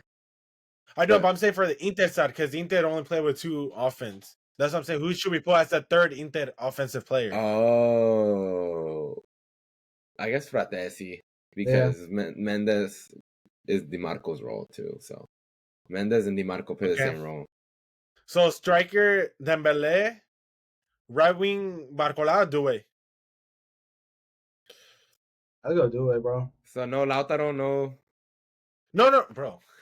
Like, I'm just saying, like, who should we put, like, the starting for PSG, and then the starting for Inter, we're gonna have Fratesi on the right because I think Thuram's more of the left-sided.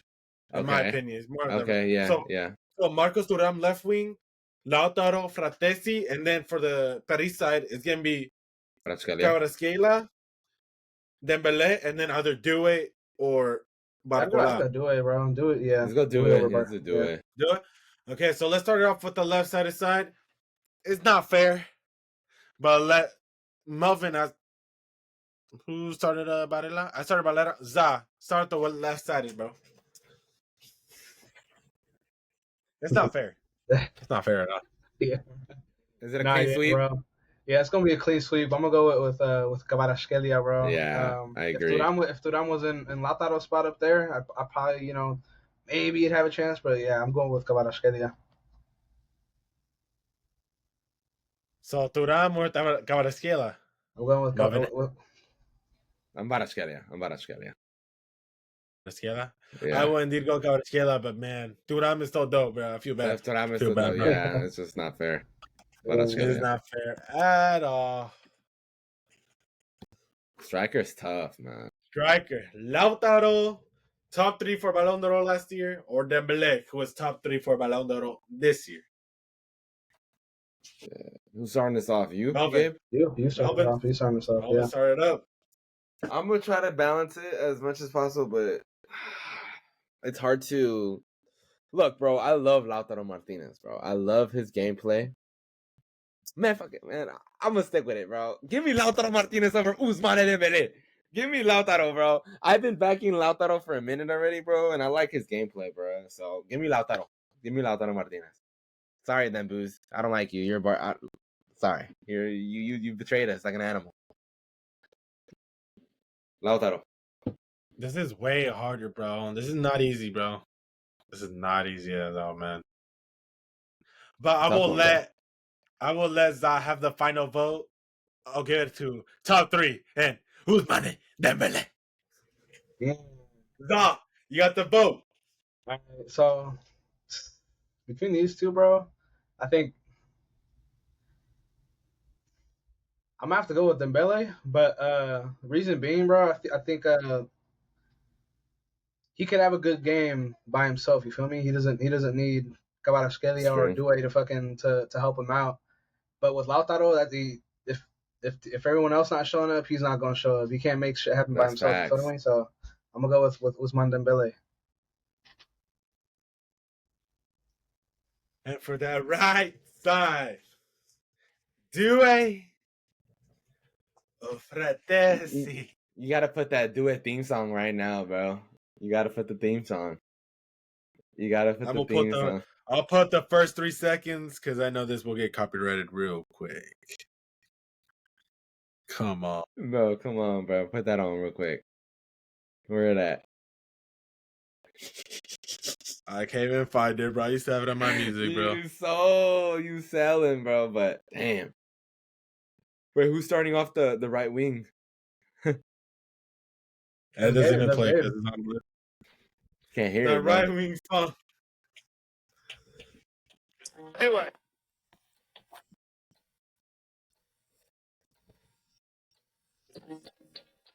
And if they put the wrong one. Man, alright, bro. Give me the guy we played yesterday in the Tuesday League. Give me Doué. Do it. Come on, man. Do it. I'm going to have to, yeah, bro. Please come to Madrid. But don't come to Madrid because you're going to become another Rodrigo, another right-footed right winger. And we do not need that. Damn. I don't think it's fair for Fratesi. He's a bench player anyways. Give me Desiree Doué. Za, is this a clean sweep? Yep, clean sweep. Desiree Doué, bro. Wow. All the way through, bro. Man. Hey, but so what? Does this lineup change you guys' opinion on the match, or like, what do you guys' thoughts on the starting 11 based after now that you guys are seeing this? Nah, it won't change anything, bro. Because I know Inter's bench will sweep PSG's bench, bro, any day of the week. The way I seen what's that one dude's name? The Italian dude come in for fucking fuck is his name, bro? Fratesi? Nah, left wing back. the wingback, bro. I'm forgetting his name. DiMarco yeah. Subbed off. The guy that subbed in for him, bro, was like, he didn't miss a beat, bro. Didn't miss a step. Bro, what was his name, bro? Yeah, he was this young, this Italian dude, bro. But he was like, he was doing shit. So I was like, oh. Carlos Augusto. Yeah, Carlos Augusto. He's like, what is he? He's Italian or Brazilian? One of those two. Brazilian. Yeah, Brazilian. See? Yeah. Brazilian, yeah. Okay. Yeah. So. Yeah, but I like what Inter has coming off the bench, bro. Man, I like the scheme. 3 out of 11 players are Inter players. So basically, you guys are saying Inter are the underdogs, but they're gonna win this, bro. And plus, like, Inter was already good when they played City, bro. That final, City was just way better that year. I don't think PSG is at the same level as that City team was either. But I'm not discrediting PSG. And you know why else though? Romelu Lukaku. Oh yeah, that's the reason they win. That's the reason they win, bro. It's not just because Man City were better. Because Inter had the chances, but a guy named Romelu Lukaku did not let them win. Hey, Gabe, he was against him. Who you taking as your coach for this 11, bro? Inzaghi or Luis Enrique? Ooh, that's tough. Good question, man. That's tough. Personally, Who bro, wants to start this off? Start off. I gotta go Inzaghi, bro. The way he kept his team like cool-headed during at 3-2 in the 88th minute, bro. He could have easily lost his head. I don't know if they still had subs, but he could have made some dumbass subs after that. That's true. But yeah, bro, like I don't think we've seen PSG. Well, I mean, correct me if I'm wrong. Like, come back like from under that, like the way they were. You feel me? Yeah. Like face that kind of like adversity. So I got to go with Inzaghi, bro. Damn. Give me the coach who has won the UCL already. Give me Luis Enrique. God bless his daughter. Sorry, but man, I know he will go his hardest to win another UCL without Barcelona. And I think with this dub, winning the first ever UCL with Paris and winning the last UCL with Barcelona, he's going to get into those rankings as a top 5 coach currently, bro. Yeah, and he's going to win the treble if he wins. Come on, bro. That's crazy. Wait, haven't they coach played of the year Coupe de France? Paris is winning, bro. Give me Desire Doué with the hat trick. Hattie. Come on, man. That's crazy, bro. That's crazy. So Melvin got the final decision between Simeone, Inzaghi, and Luis Enrique. Hey, there's a saying: live by the 3, die by the 3. Live by La Masia, die by La Masia. Give me Luis Enrique, bro. I can't go. I can't turn my cheek to a La Masia graduate, Barca treble winning coach. I hate who he coaches. I hate the team he coaches, but I like him and I like how he coaches. So much respect to Inzaghi. To Inzaghi. Yeah. Respect to Inzaghi. He's due for a UCL though too. He's due. He's been for sure, bro. He for sure, bro. Hot take. Is Inter the 2020s of like Juventus was in the 2010s? Like you always make a UCL, but will you actually win it? That Serie A team, bro. Like Juve was knocking on the door to win UCL titles. They win every Serie A title. Inter has won the most Serie A titles in the 2020s. They're in UCL finals, but will they get it done? I don't know, bro. Because what? But yeah, they're winning. They're up in the Serie A too. No, I don't know about the Copa d'Italia, but look, they got knocked out of the Copa d'Italia by AC. By AC, remember? Oh, that's the one. They're playing the final, huh? Yeah, they're playing the final on that shit. And then Napoli are up by 3 points in the Serie A, and there's 3 games left. Because they were on a cold streak, bro. Inter, and they're like before they faced Barca, they were on that cold streak. I was so juiced too. I was like, I'm gonna catch them off guard, and they freaking balled out, bro. They tricked us. But yeah, man, that's the UCL right there. That was our thoughts on the UCL talks. We're gonna move to a segment, transfer talk. We're specifically gonna be talking about 2 players. Starting off with I think the main transfer that was confirmed today, Mr. Trent Alexander-Arnold. What are you guys' thoughts on this move, man? You can't play defense. I've been saying this, and I will continue to say it. Yeah, but he's the great offensive input. Play defense. If I'm Xabi Alonso or whoever's going coach him, I'm putting that man 1-on-1 against Mbappe during training, all that shit, all the time, bro. Get that man, get him some defense, bro. Like, put him up against the best. Like, that's the only way he can get better, bro. That's true. In my opinion, it's gonna be a generational signing for me. Think about it, man. 3-5-2. They got Frimpong, one of the players who doesn't even play defense.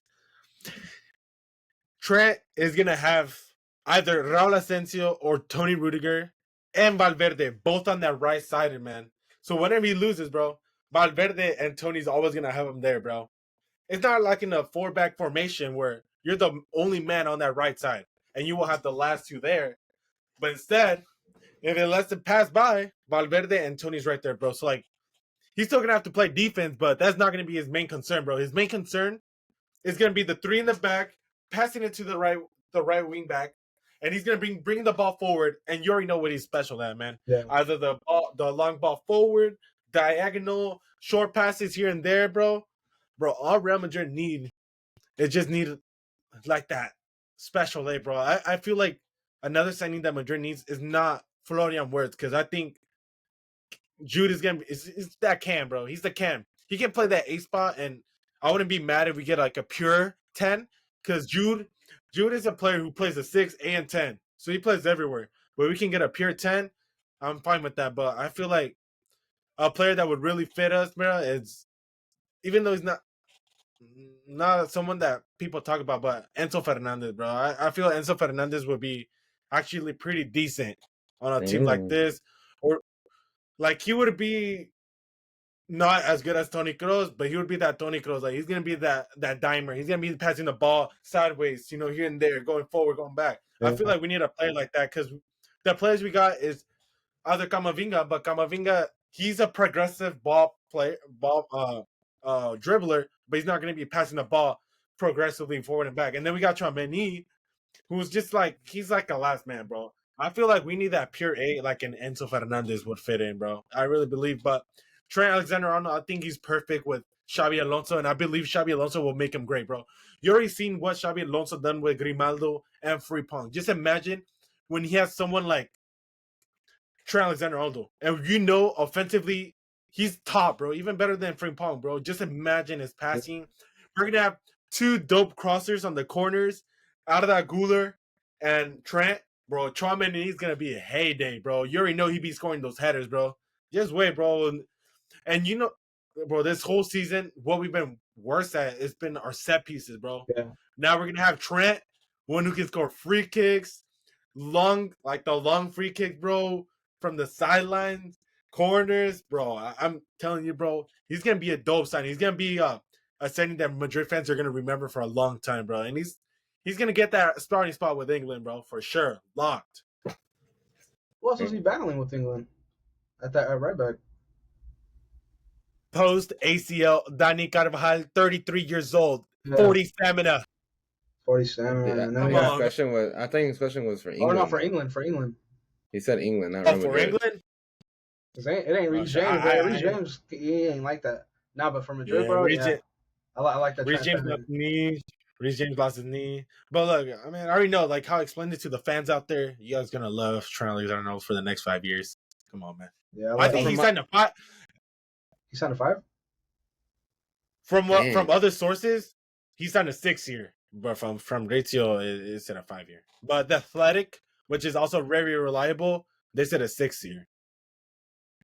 Okay. Yeah. Long deal, bro. Yeah. And then who we got on the left?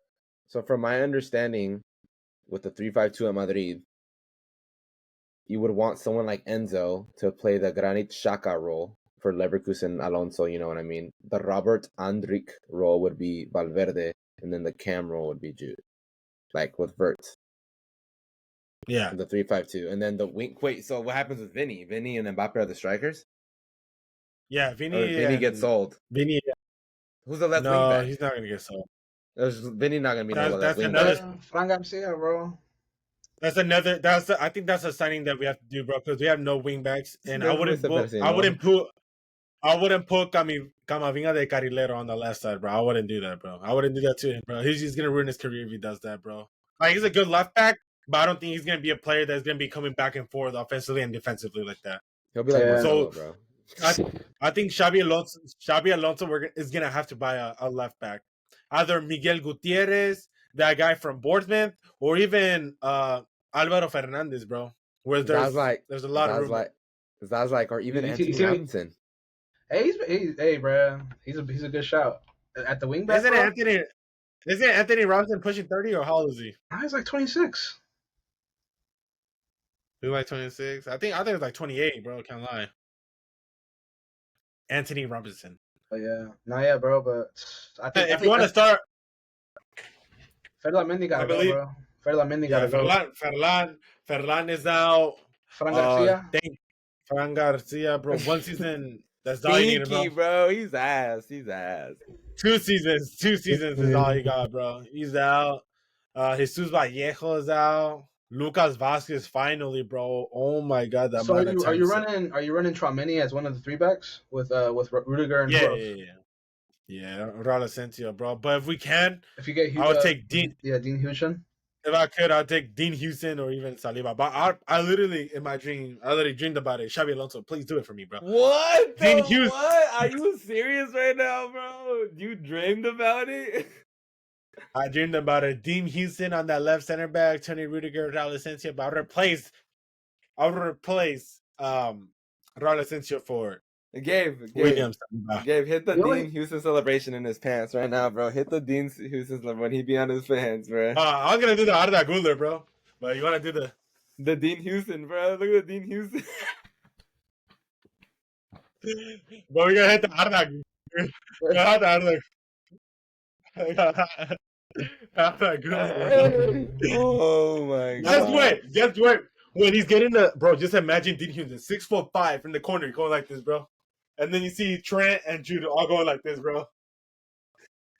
It's gonna be special, bro. You know it's just you see the potential, bro. I already see Dean Houston, bro. Let me just put it, bro. Come on, man.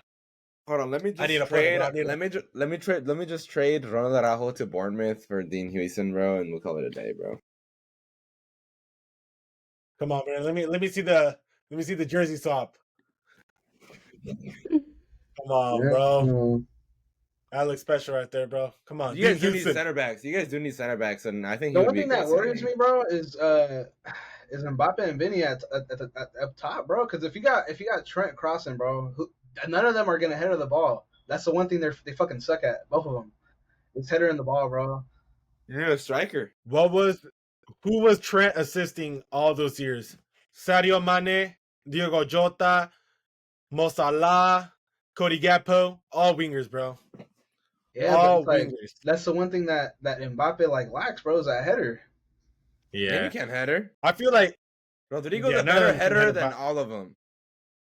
Rodrigo? I think the main signings Real Madrid. I think the main signings Real Madrid have to make. The last one I'm gonna name is optional. We need a look, Enrique, bro. I'm sorry, bro. He's too short. Yeah, you guys know I do not like short players, man. I do not like short players. My dream dude has to be 6 foot tall or taller. You know what I'm saying? Nah, but I believe a striker has to be over 6 foot tall. We were starting with the striker who's 5'7". Come on, bro. He's not gonna hit a Grossberg, bro. And you know Madrid don't want to spend no money. They're not paying no growth hormone like Barcelona did with Messi, bro. It's too late for that too. It's too late for that, bro. Nah, yeah. But let's see. The most important signings, bro. I think the first most important for me is the left back spot, bro. Left back, center back, striker, And then like what if we need it, we could take one. It would be that center mid, bro. I think those you are the need four that center mid though, bro. You need that center mid. Yeah, I think you're gonna need. So for sure, you're gonna need a left back, bro. That has to be the one thing they gotta like secure, especially going up against Yamal, bro. Like you're going up against him for the years to come, bro. You don't want no fucking no name weak left back that's just gonna be getting cut all the time, bro. We ruined our relationship with Paris, so that's never happening because I know Nuno Mendes just signed a deal. He signed a new deal. Yeah, I keep hearing stuff about Theo Hernandez coming back home, but I don't know. I from what I hear, Milan fans are like he's just kind of been fucking shut up. Him and fucking what's his name, Rafael on the left side. They just been like shit in the bed, bro. Yeah. So I don't know. They've gone downhill. And you know who I want on the left side? Ex Caterano del Real Madrid Academy, Álvaro Fernández, bro. Ex-United. That's ex-Real Madrid. Yeah, before United, he was at Madrid. I don't know that. I did not know that. Ex-Madridista right there. Álvaro Carreras. Carreras. Bro, I don't know if he got married or something, bro. I don't know why that boy's switching his last name, bro. For real, bro. Like Mbappe, bro. He used to be Lotion, bro. Lotin? Hey, what's gonna happen with Gyökeres though, bro? Who's getting the Gyökeres sweepstakes? No, like him at Madrid would be nice. Arsenal? They don't got the cheddar, bro. They don't got 70, either, 80 million to get that boy. I'm hating already. Barca, what do you do with Lewandowski if Barca gets him? Lewandowski's not going Álvaro Fernández, bro. He was there the first year of Kylian Mbappe, not Kylian Mbappe, Vini Jr., Valverde, all of them boys were there, bro. Damn. And United, I remember them at left back. I remember. Yeah, they never played him. I don't think they ever played him. I think they used to play academy matches, bro.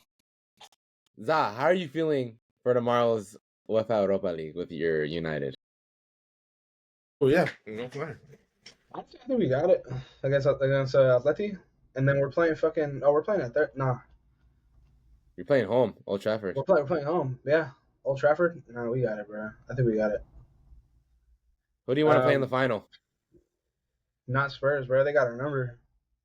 They got our number this year, bro. And then it might be that coach, Spurs, their coach, bro. That boy said he's trying to win some silverware this year, and he's walking that. He's talking that talk, bro, and he's walking that walk. So I'm like, shit. And they're up 3-1, unless they pull the Warriors, but I doubt it. That's tomorrow at 12. I might have to tune in, bro. Fucking Spurs, yeah, Spurs.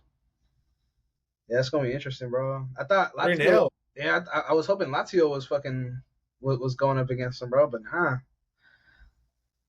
Damn, bro, that's a team from. Bro. Where's Bodo Glimt from? Norway or Poland? There might be Norway, I think. Damn. No, I mean United are gonna. It looks like they're clinching that final tomorrow. No Nico Williams tomorrow. No Iñaki Williams. I think confirmed today by Fabrizio that bro. After that Euro, bro, man, he should have dipped that transfer window. But he signed a new deal. Did he sign a new deal? Oh yeah. Well, Laporta's in fucking Saudi, bro. You're not gonna hear nothing from out there. Our sources they have no freedom of speech over there in Saudi, so we haven't heard any news out there. Is that even actually Russia? Freedom of speech? I had my inside source in Russia trying to learn about Cesar Montes, and it was not working out. Luis Chavez. Oh yeah, Cesar Montes is out there, huh? And Luis Chavez is on what? Fucking he's in Dynamo Kiev. Dynamo Kiev, and then what's his name? Montes is Locomotive. Yeah, Locomotive. Oh, them boys really got fucking blacklisted, bro, from all the UEFA, bro. That's just crazy. I heard your boy Johan's having a good year, bro.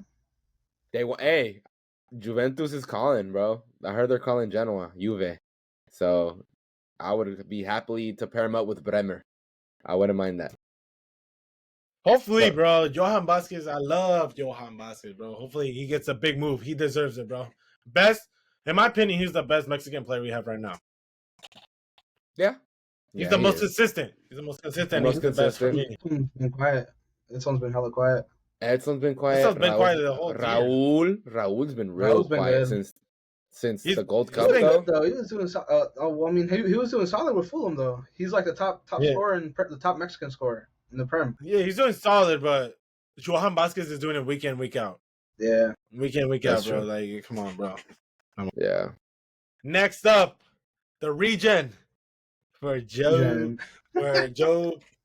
Joe Bellingham, bro. Naldo. Are you getting another Bellingham brother, bro? He just got young player of the season, bro. So yeah, he's been getting a lot of talks, bro. I think he's more offensive than Jude too. For real? He plays striker and cam. Shit. I mean, he's following the formula of his older brother, so yeah, that could work. Leipzig is pretty good at developing cams too, like Xavi Simons, Dani Olmo, like they're good at developing cams. Yeah, so I would like to see how that works out. And I feel like Dortmund is just at a downhill, bro. It's just straight downhill, bro. I don't think, even though Dortmund is like good at making the players glow and all that, I think RB Leipzig is the right move for him, bro. Yeah, I agree. Yeah, I think Leipzig's gonna be that's got to be the move right there. Because Dortmund's been kind of like quiet when it came to like comes to making somebody. Because last one was who? Jude and Haaland. After that, who? Gittins has been kind of like on the. Damn, I don't even know. Stick that up a little bit. Sancho came back and he flopped. Maybe Nico Schulterbeck. He's a pretty good center back, but I don't know though. They'll sell him. But I don't see other than that. Yeah, much Dortmund. Yeah, I think Dortmund is. They've been just bad, bro. Man, we get ready, bro. We about to get into some NBA playoff basketball, man. I know you Warriors fans are happy, but hey, the series has just been so dead, bro. So dead, bro. Nah, what was that final score for that OKC, bro? They're 149 and 106 is wild. That is crazy. Let's see. We're just gonna throw it here, bro. Damn, bro. And then the Pacers Cavaliers, bro. Yeah. Oh, last episode, me and Melvin, we indeed were saying that I think it was gonna be. We both said it was gonna be easily Cavaliers to the conference finals, but bro, I believe just the injuries have just killed them, and also I believe luck has been on the Pacers side with the shots they've been making. Yeah, and also like Cavaliers, bro. They sold their lead. They sold their lead, man. Not gonna lie, bro. The Cavaliers have been Barca'd, bro. Injuries hit them at the wrong time, and they're getting straight beat up. No Garland, no Mobley. Like, that's their two key starting players. Mitchell no puede solo. Like, with all defense of the Pacers, bro, the Pacers have a good squad. Benedict Mathurin, Miles Turner. DeAndre Hunter is their like the mixture of their Kubarsi there. That's literally the defender, bro. That's a lockdown 3-and-D play right there, bro. And those are the most important players right now in basketball. Yeah. 3-and-D, bro. The 3-and-D players, bro. Yeah. 3-and-D is the new era, bro. What you think? What you think's gonna happen with the Timberwolves, bro? Like, I think, man, I don't know. Ant starts off a little slow, I think he'll pick it back up though. That's what scared me. Yeah, that's how it was with the Lakers, bro. It started off really bad with the Lakers, bro. They just said in the interview, bro, the Timberwolves are 12-76 in the last two games in threes. That's the worst. 12-76. 12-76. That's the worst NBA record in 3-point stretch ever in NBA history, bro. Yeah. That's bad. So it's more like Timberwolves have just the three has not been going in, bro. But also I think the offense has not been there either, bro. It hasn't. And also, people in the comments stop saying to re-sign Julius Randle. He's so bad. He's not, bro. He's not. Did you see him? He was like defending hella like hella weak against Flojo, bro. Hella Flojo. Me and Melvin, we were watching Pat Spencer. Yeah, Pat Spencer, bro. The lacrosse player, bro. The lacrosse player. He fucking straight hit that hook on him, bro. I love Pat Spencer. Talk about Pat Spencer a little bit, Melvin. So Pat Spencer, one of the greatest lacrosse players of all time. Easily. One of the greatest lacrosse players of all time. Maybe the greatest lacrosse player of all time. He says, lacrosse isn't my thing anymore. I'm going to follow my real passion. Basketball. Gets a workout with the Warriors somehow. I think, no, he played college, and then he gets a workout with the Warriors. Signs with the Santa Cruz Warriors. Picó piedra. He freaking put the work in Santa Cruz, gets promoted to the Warriors, gets a 10-day, then gets a permanent deal. And then he subs in for the great Wardell Curry in a must-win playoff game 1 and shines, bro. Like, I like his grit. He's so aggressive. Like, he shows hella heart. I love players that show heart, especially like for a team like the Warriors where you need that type of heart. Like, example, Draymond, Steph himself shows a lot of heart. I just love that they bring that tenacity, bro. So I don't know. The Warriors without Curry looked good though. They looked good without Steph. I'm not gonna lie. They looked really good without Steph. Like, yeah, bro. They stepped up, bro. You need Buddy Hield to stay hot, bro. You do. Buddy Hield's been hot, bro. You need Buddy Hield to stay hot. If he slows down, it might be a wrap, bro. Because Pod's been a little quiet. So Draymond too, bro. Draymond's been putting in that 3, bro. He's putting in that 3 ball, bro. He's shooting with the backpack on.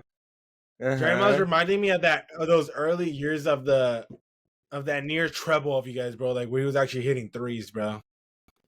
Near treble. No, but like if the Timberwolves keep missing the shots they miss, bro, we might take game 2. I truly like the Timberwolves miss too much, bro. Perdonaron a lot. Like you can't go 0 for 15 in the first half on threes, bro. Like you can't do that in a playoff game, bro. I was surprised it went that way, bro, because they got when it comes to like bigs, they take that shit like that, you know, especially against us. Man, when it comes to like big men, bro, like they can easily fucking dominate us, bro. But it didn't go that way, bro. So I was like, shit. and then Ant had the most threes made in the regular season, and for him to only like, did he go over or did he make 1? I'm not sure, but to Ant, I don't know, but he was less than 20%. Fucking Randall at my fucking club. Wait, what's his stats? He had 14 rebounds. Jesus Christ. I want to see his field goal percentage. He was 1 for 5. 1 for 5. 9 for 22. Oh, yeah. He put up a stinker from 3. Hey, they're calling 14 rebounds. 14 rebounds, bro. Let me look at fucking Julius Randle, huh? Fucking Julius Randle. I don't want that. Nah, bro. You better not fucking resign, bro. How many points did he hit? 3 rebounds, bro.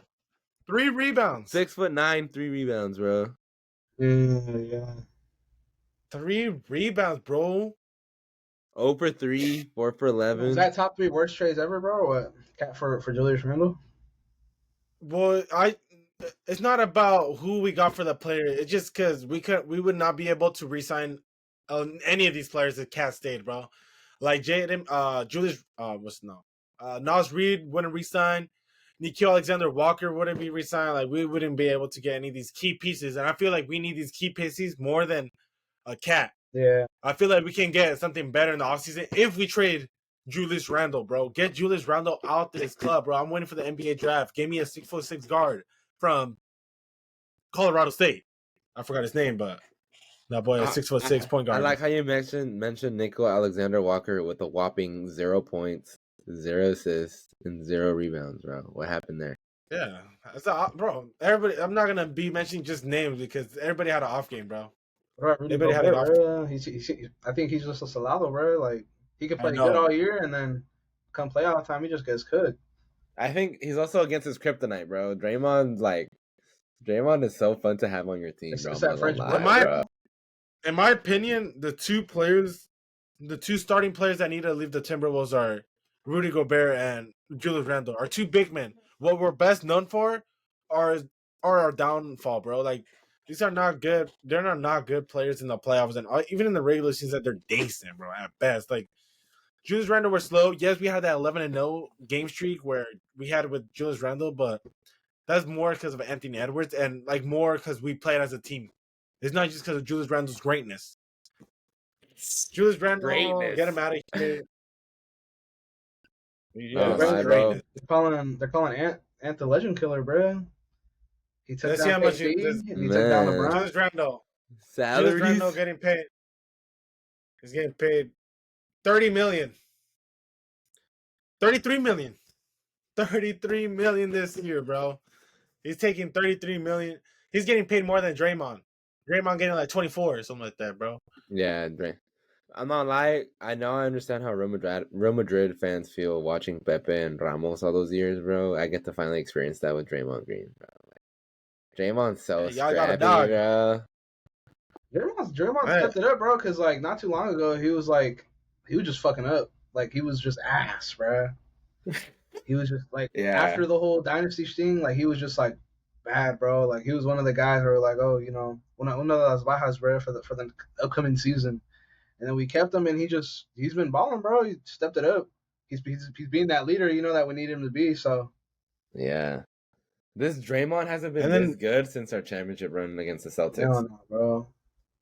It's been 2 seasons. And then the reason Timothée Chalamet did not go with Kylie Jenner, the Knicks, they're 2-0 against the Boston Celtics, bro. That's surprising in my bro. That's kind of crazy. 2-0, the Knicks, bro. I didn't think they would do it, but here they are, 2 games up. How'd that Knicks fan react? Naldo 2.0, bro. The one with the. Remember them talking about from that Knicks fan with glasses, bro? He was like this, bro. Like that's how the Knicks fans are feeling right now, bro. Like they're just taking down the Celtics little by little, bro. Bro, they're just terrorizing them. You can clearly tell. You can clearly tell that they won the Julius Randle trade because what's going on with Cat? Cat had a legendary year. This is the first time Cat led in the NBA with like 13 rebounds, bro. With the Timberwolves, he never averaged more like he only averaged like 8-9 rebounds a game, bro. That boy was never averaging 13 rebounds a game. The Celtics, they blew it to a 20-point lead today too, though. Yeah, they blew both. They blew both games, bro. I don't know. It's because I don't know what's going on with them, bro. Like, but I mean, hey, it's an exciting fucking, at least in the East, 1-point games, bro. Both been decided by 1 point.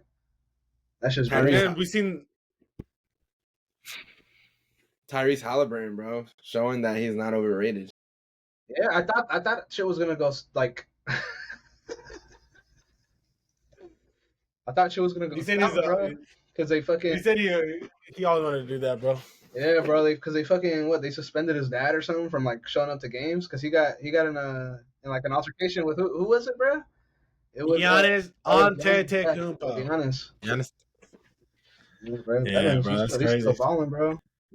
And then we seen the fluke of the series, bro. Nuggets. They won the game by 1 by a lucky 3 by Aaron Gordon, and now they got 40 bombed, bro. They lost by 40. You think that was luck? Aaron Gordon. It was luck, bro. Yeah, Nuggets are not winning again, bro. It's gonna be 4-1. No, bro. It's a fluke, bro. Nuggets are not that good. I'm trying to stay optimistic, like because the Nuggets. Who's the Nuggets coach? Nikola Jokic, bro. It's Nikola Jokic, bro. Nikola Jokic is the fucking coach, bro. Yeah. It does fucking matter, bro, because look at them now. They're fucking ass. Look at the Clippers. They had a coach. They had a full thing. Look what happened. They got bounced out. Who's their coach? Isn't it Ty Lue? Yeah, Ty Lue. NBA champion Ty Lue. Who won the championship? Was it him or LeBron? Ty Lue. Ty Lue, bro. It was LeRef. It was LeRef, bro. LeRef, bro. It was definitely not Ty Lue, bro. The ref. Ain't no reason. I'm so salty, bro. Ain't no reason Draymond should get suspended like fucking weeks later, bro, for the finals. Like what the fuck for some shit he did in the semis, bro. Come on now. Hey, but yeah, we passed that. We passed that 3 rings later. Well, let's speak predictions because the last time we talked about was our predictions for the quarterfinal, the octavos. I forgot how to say it in English. Let's go to the quarterfinals. Who do you think is gonna win each of these series from the ones above with the current matchups we have right now and the current like whatever the standing are right now? Starting from Za, Melvin, and then me. Yeah, you want me to predict like how much they win and shit? Like Just say who you think is gonna win the series. Yeah, for Pacers, the Knicks, Nuggets, and then the Warriors. The way it's looking, bro, I'm gonna go with the Pacers and Knicks are gonna win this shit. Like, you could call it luck, but it's just blowing those 20-point leads ain't like that's not lucky, bro. Twice, bro. Like they blew lead twice. Yeah, so I'm gonna go with the Knicks and the Pacers over in the East, bro. In the West, I gotta go with the Warriors, bro. If they keep playing like they are, I gotta go with the Warriors. And I know we don't got Curry. He got that hamstring injury. I don't know how long he's gonna be out for, but one game. The way it's, bro, like that, they finally look like they're playing like as a team, bro. Back in the day when Curry was out, they looked like a lost puppy, bro. Like it was bad. When he would be out, we looked like shit. But now Draymond's fucking leading the charge. You feel me? So I like the way things are looking. But yeah, I'm gonna go with the Warriors. And then when it comes to the Nuggets and the Thunder, as much as I would want the Nuggets to win, bro, like I think the Thunder's gonna pull it off. I think I just gotta wait and see how the game goes in Denver again. See how that goes. And then yeah. Dang. I think I'm gonna say the Thunder. Yeah, I agree with Za with the Western Conference picks. Like, I think the Warriors advance and the Thunder advance. I think the Nuggets keep it close though. I think the Nuggets get one more game in, but Thunder win the series. Give me Cleveland. I believe in Cleveland. They call it Believeland for a reason, bruh. So I think Cleveland comes back from a 2-0 lead and take this to 6 or 7. And give me the Knicks. I like the Knicks, bruh. I think the Knicks are like, if the Warriors never existed, bruh, I would be a Knicks fan. I ain't gonna lie. So I would definitely go with the Knicks to win the series. So yeah. Gabe? Really close, man. But I got the Cavaliers Pacers. I know the Pacers 2-0 up, but I still believe in the Cavaliers. Once they get healthy, they'll be good, bro. Knicks Celtics, yeah, I'll give it to the Knicks, bro. I believe the Knicks, even though they're as the same situation for me as with the Cavaliers Pacers, I still believe more in the Knicks beating the Celtics than I do Pacers keeping this up against the Cavaliers. And then for the Nuggets Thunder, it's gonna be 4-1, like easy smacking. Nuggets go home already, go to Cancun or whatever you want to do. Nikola, go pet your horses. And then my personal series right here, bro. If we get game 2 back, give me the Minnesota Timberwolves. But if we don't win this game 2, I'll take the Warriors to win the series, bro. No faith, even if you're down 2-0? Both the games down at home, 2-0. We still not hitting threes. If it's a close matchup, like we're pretty damn near good, and we're actually hitting threes like minimum 30%. That's still really low, but the minimum of 30%. I'm happy with that, and I believe in the Timberwolves. But if it's another of these fluke games where just like not hitting threes and all this, bro, nah. Like, give me the Warriors. I definitely think the Timberwolves are gonna. I think the Timberwolves win tomorrow. Just the simple fact that we're not gonna have Curry, but like you said, if you have another fluke game, you guys are actually like, you guys are dumb. Like, that's so dumb to like perform like that back-to-back games, and then the Warriors take that, and then Curry comes back game 3. We'll be up 3-0. Timberwolves will be. All you gotta do is put the lid on, bro, and that's it. It's done. Man, well, that was enough of the NBA talk, man. Let's go to the NFL, bro. Let's talk about your draft, bro, because we talk about the Niners draft. I want to talk about the Raiders, bro. I want to hear your. So you know more about the Raiders draft? Or you know a little bit from them? Yeah. Like the players? Yeah. Yeah. I've done a little bit of research, bro. So right there. Start off with the first round pick, bro. First round pick, bro. It had to be Ashton Genty. For you, there was no other options. I don't think if he was available, I would have gone with him. And I know that might be like hella high for a running back, bro. But it's like to miss out on somebody of like his caliber and shit, bro. Like you can't skip out on that. You can't pull a Cleveland Farrell or any of that shit. I'm done seeing that, bro. Best player available, you got to go with Ashton Genty right there. He's generational. We just seen what Saquon was able to do, revamping the Eagles, bro. You feel me? Like, a run game matters. Same with CMC with the Niners, bro. Like, we're nowhere near that, but I think you gotta You got to start building up. You feel me? You got to, one step at a time, and that's the way to go. You lost Josh Jacobs. We were off for a year, bro. So it was needed. I wasn't trying to go another year with Alexander Madison being fucking RB1 and Zamir White. Like, nah, give me Ashton Genty. We were talking about this last week with our special guest Michael. Watched the episode on what we're about to speak on. So we were speaking about Shedeur Sanders, bro. We really believe Shedeur Sanders should have gone earlier. Do you think Raiders should have wasted one of the picks either in the third or the early fourth pick on Shedeur Sanders, or you weren't focused on a quarterback? I was like hoping we would go with Shedeur. He was easily like, bro, like I don't know why they like try to like ruin his image and shit. He's after Cam Ward, it's Shedeur Sanders like best QB, Yes. And I think the one thing that kind of just like that fucked him up was obviously his ego, and I don't think they wanted to pay him that money that you would get getting drafted hella early, because you get paid a lot. So I think they made him drop, bro, because mind you, like off topic, bro, but NIL is ruining the sport, bro. Nobody's hungry no more. You feel me? They're getting fucking bread over there in college already and shit. Like, nah, like you motherfuckers need to work and get to the league, then get their fucking bread. You feel me? But if you're getting it right then and there, you're not gonna see nothing. Nobody is gonna fucking play with like pure heart and shit like that, But I might be fucking wrong.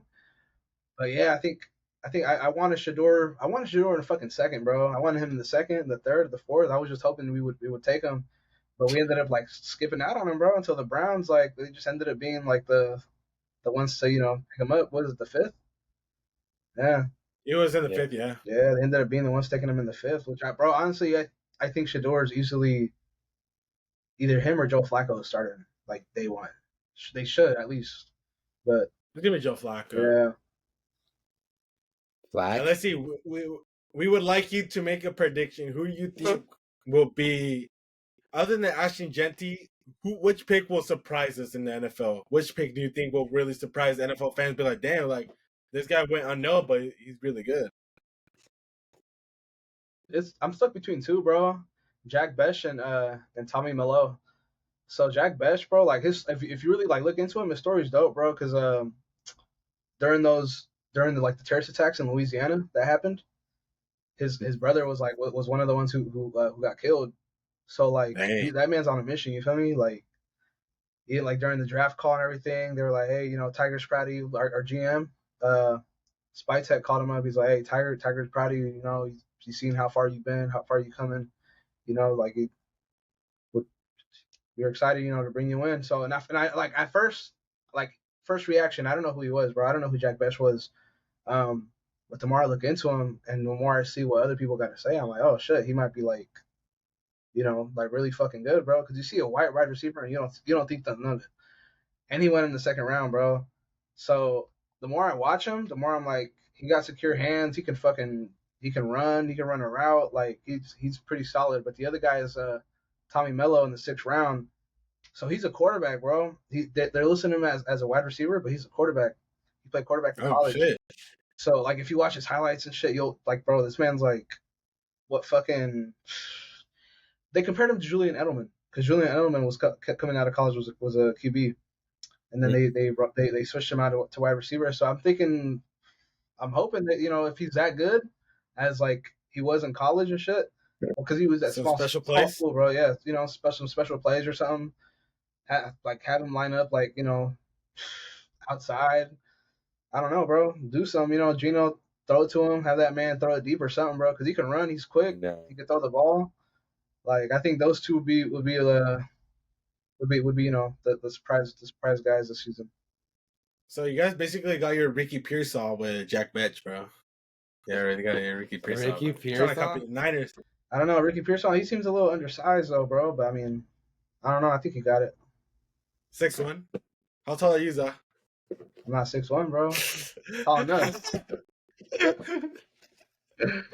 How do you feel about Geno Smith? How do you feel about Geno Smith taking the and Pete Carroll? Honestly, bro, I think Geno Smith. I don't know. Obviously, he's like mid-30s, something like that. Early mid-30s, yep. Yeah, he's like in his mid-30s. So as long as we get the ball rolling and shit, like I don't mind it, bro. He was a starter last season. He's gonna be a starter this year.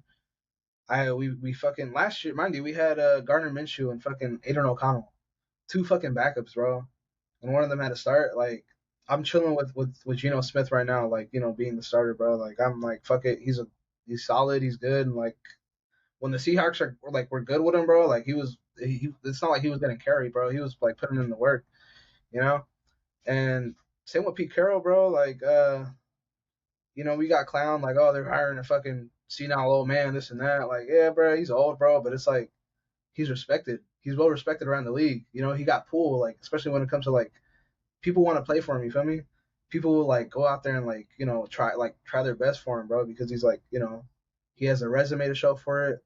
As a coach, bro, like he's that guy. But yeah, bro, I'm excited. So I mean, I just gotta wait and see like what the season has to offer.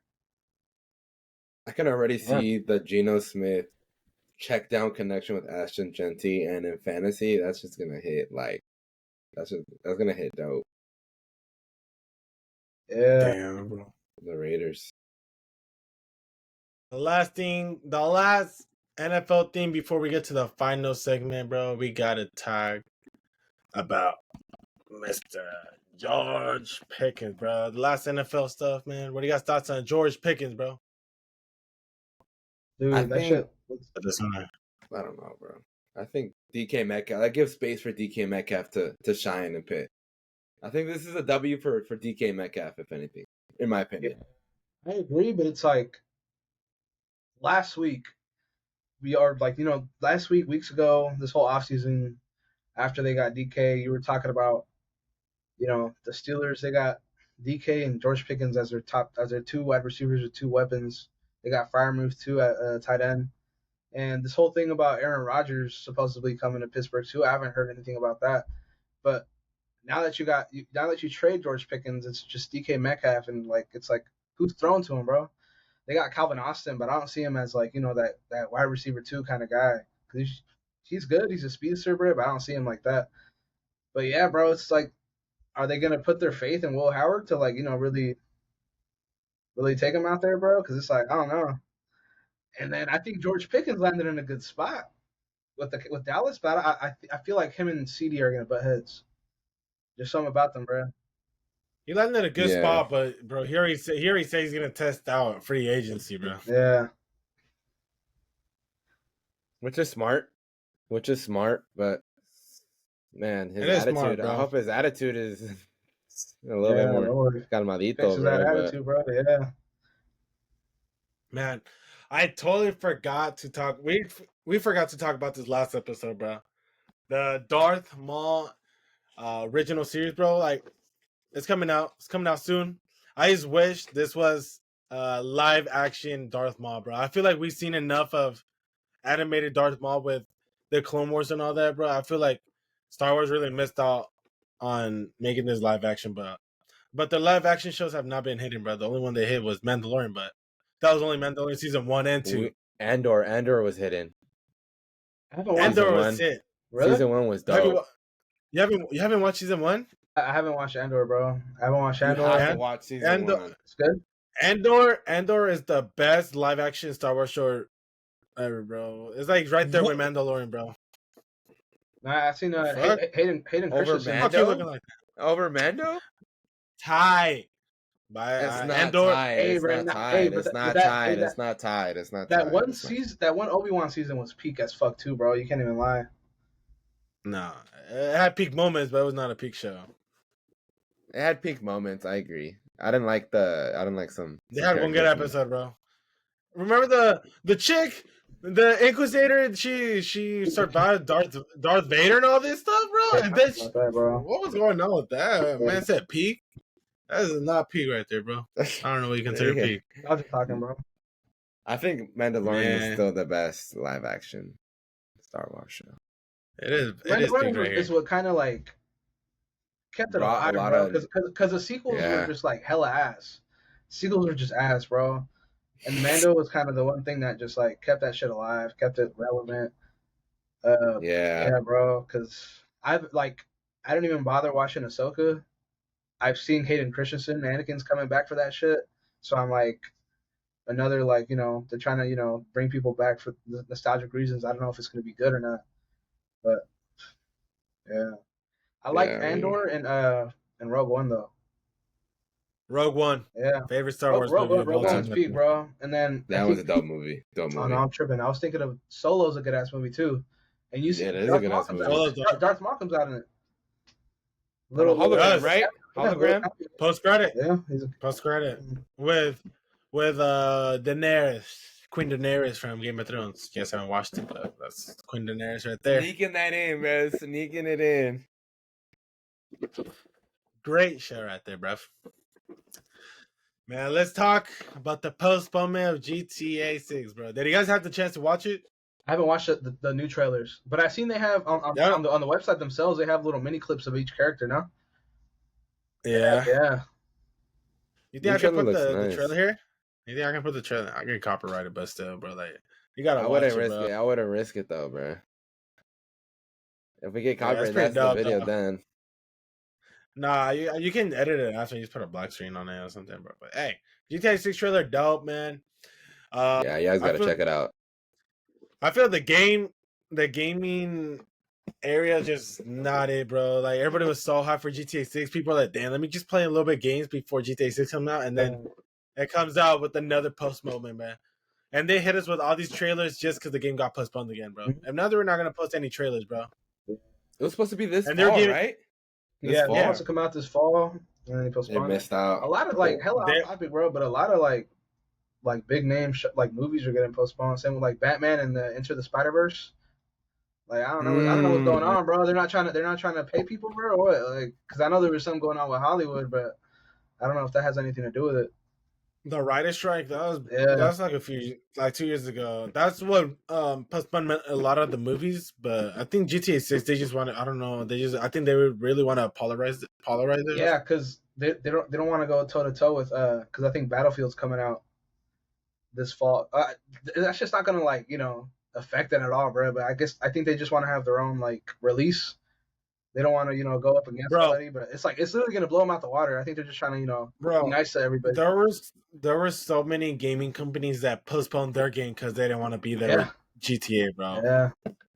I don't think it's because GTA didn't want to be with any other games. Yeah, bro. But yeah, bro. I don't know why they even postponed that shit. That story looks hella good. The game looks hella dope, bro. Bro, the graphics are amazing. I'm not. What's going on here? Yeah, I see the graphics. All that Odegaard on there, bro. Odegaard. And there you go. Look, you said they didn't want to post with GTA, but they're postponing on. Yeah, see, bro. 2 months before, bro. Yeah, bro, that's just stupid. Battlefield looks dope, bro. They always look dope, but I never played them, bro. They always look dope just because of all the destruction, bro. I played 2042, and I got refunded for it because it was bad, bro. The launch was ass. Like I tried to force myself. Yeah, dude, they started doing refunds, bro. Same thing happened with Cyberpunk. When Cyberpunk first came out, they refunded. You got a refund? You returned it? They give you a refund, bro. Because when it came out on Steam, 2021. On Steam? Yeah, they give you a refund. On Xbox, I didn't get a fucking refund for that shit, bro. You bought Cyberpunk when it came out, or what? I pre-ordered it. Shit, no, yeah. I like Cyberpunk. That's one of my favorite games. No, yeah, I love Cyberpunk. But no matter what, now Cyberpunk is one of the best games ever, bro. I fucking love that shit. The DLC and everything, bro. Yeah, but I don't know. Gaming's kind of like a. Is that a stalemate right now? It's like GTA got to come and save it, bro. I'm just hoping GTA don't go the same route and make you pay to play type shit. You feel me? Yeah. Hopefully the game I'm hyped for doesn't get postponed, bro. Shadow Blade Zero. Phantom Blade Zero, I mean, and even Ghost of Utah. Hopefully, man, they don't get postponed, bro. Those are the 2 games I'm hyped for this year, bro. Melvin's like, what the fuck is that? Gears of War is getting remastered. Huh? Gears of War is getting remastered. Yeah, Gears of War. Oh, Gears of War. That shit is getting remastered, bro. So and it's gonna come out on all platforms, bro. It's just gonna be dope. Play Phase getting rewritten. We'll postpone that, bro. I'm not tripping. first look at Avatar. I think this is basically the most anticipated movie behind Superman, bro. Avatar, Superman. I like what James Gunn's doing with Superman, bro. Yeah, it looks like he's I want to watch it, bro. Like the old movie. And James Gunn is someone who actually cares, bro. He actually cares about the movies more than the money, bro. Mm-hmm. Except unlike like Zack Snyder got destroyed because of what's it called? Because of HBO and DC and all them, bro. Or Warner Bros. I mean, they were selling him, bro. He had a dope view and everything, but they just sold on Zack Snyder. Justice League 4 hours. Yeah, I love that movie. That shit was a 10 out of 10. I don't give a fuck. That shit was fucking fire. And hopefully with this new universe, fucking James Gunn does something good, bro. And yeah, bro. I already know Avatar's gonna be fucking dope, bro. I think we all know that she's gonna be dope, bro. Gonna be dope. I heard that movie was crazy, man. Thunderbolts, bro. Thunderbolts is good. I heard it was dope. I heard it was dope. Did you watch it? Have you got the chance to watch it, Zach? I haven't watched it yet, bro. I heard it was cool. Yeah, I'll give my rating right now. Thunderbolts, in my opinion, was an 8 out of 10. It was a pretty cool movie. The emotions are there. Action is there too. But it is one of the best production movies that MCU has released in a minute, bro. Because these last few movies that MCU have dropped have not been hitting, bro. I like the end credit too. Oh, there's an end credit too, bro. Do you like the end credit? I think so. I liked it. Did he actually like the end credit, bro? I did like it. I think it was nice. I think it was pretty cool. But what was the point of the end credit, bro? Explain it in your views. I don't want to spoil it for the people out there. I don't want to spoil it. I don't care. Spoil it. Nah, we don't spoil it here. We don't spoil it. Bro, for me, I was seeing the comment, like, people are saying that, oh my god, like, it fixes so many things and all this. Bro, like, it did not fucking fix shit. I already know about the fucking next movie. I don't care about that postpone. Yeah, because they fucked a lot of shit up, bro, in the MCU. Because the thing with Kang fucking Jonathan Majors just like Kang the Conqueror, messed everything up, bro. That shit messed everything up. Him and then the whole after the late, what was it? No Way Home. After No Way Home, bro, like, they had that Venom cameo and shit. Nothing happened with that, and it's just. I didn't even bother watching that third Venom movie, bro. I was like, that shit looks ass, bro. So I didn't even watch it.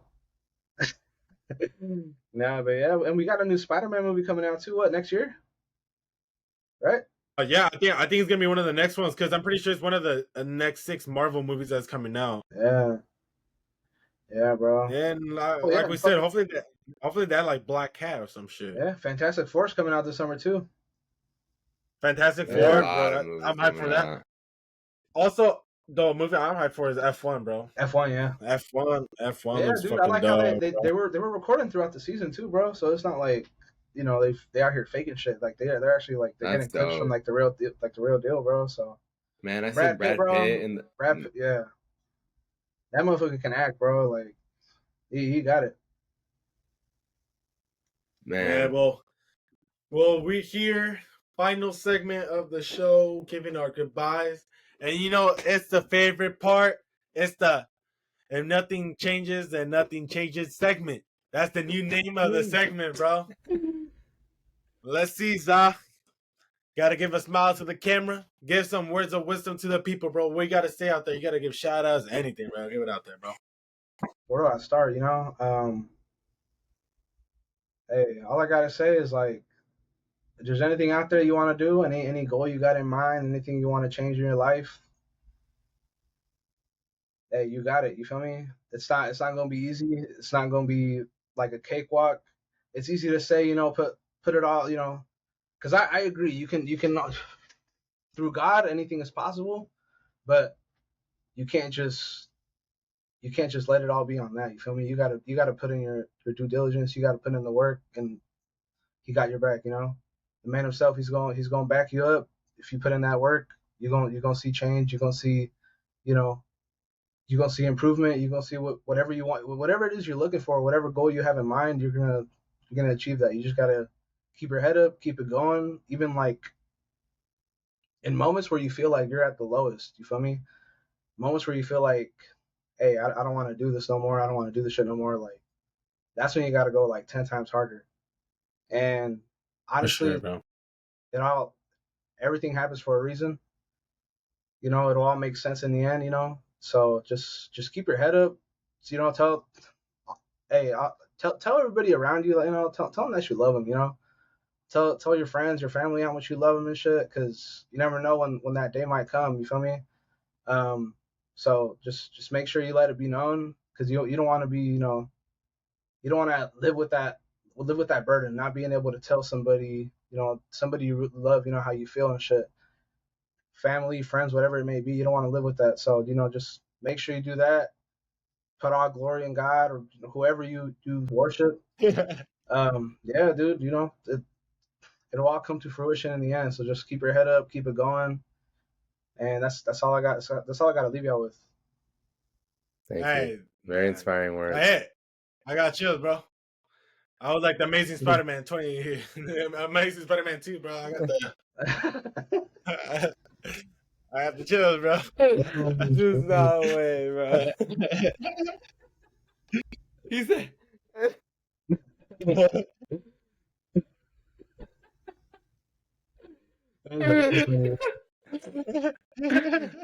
No, but very beautiful words. Thank you, Zah, for joining us to the 8-hour shift, man. Goodbye. This is going to be our goodbye, man. Next week, we're posting our episodes, man. Thank you, Zah, for coming through, bro. It was very, I felt very welcome that you were able to come. Like, man, thank you, Zah. It felt very good, man. You brought a lot of knowledge. You know, you brought us some knowledge about the wide receiver rooms from the Raiders. Let's see if any of those pop off. You called it right here on the social media, bro. Right here it is. Like, if ever would any of them pop off, right here, bro. I'm about to get cooked if something bad happens. Oh shit. Something bad happens, you about to cut, bro. I'm gonna get cooked. Man, you getting clipped. Yeah. Man. Well, thank you guys everybody for watching. 100 subscribers, goal to 1,000. See you guys, bro. Later, y'all. Take care. Later.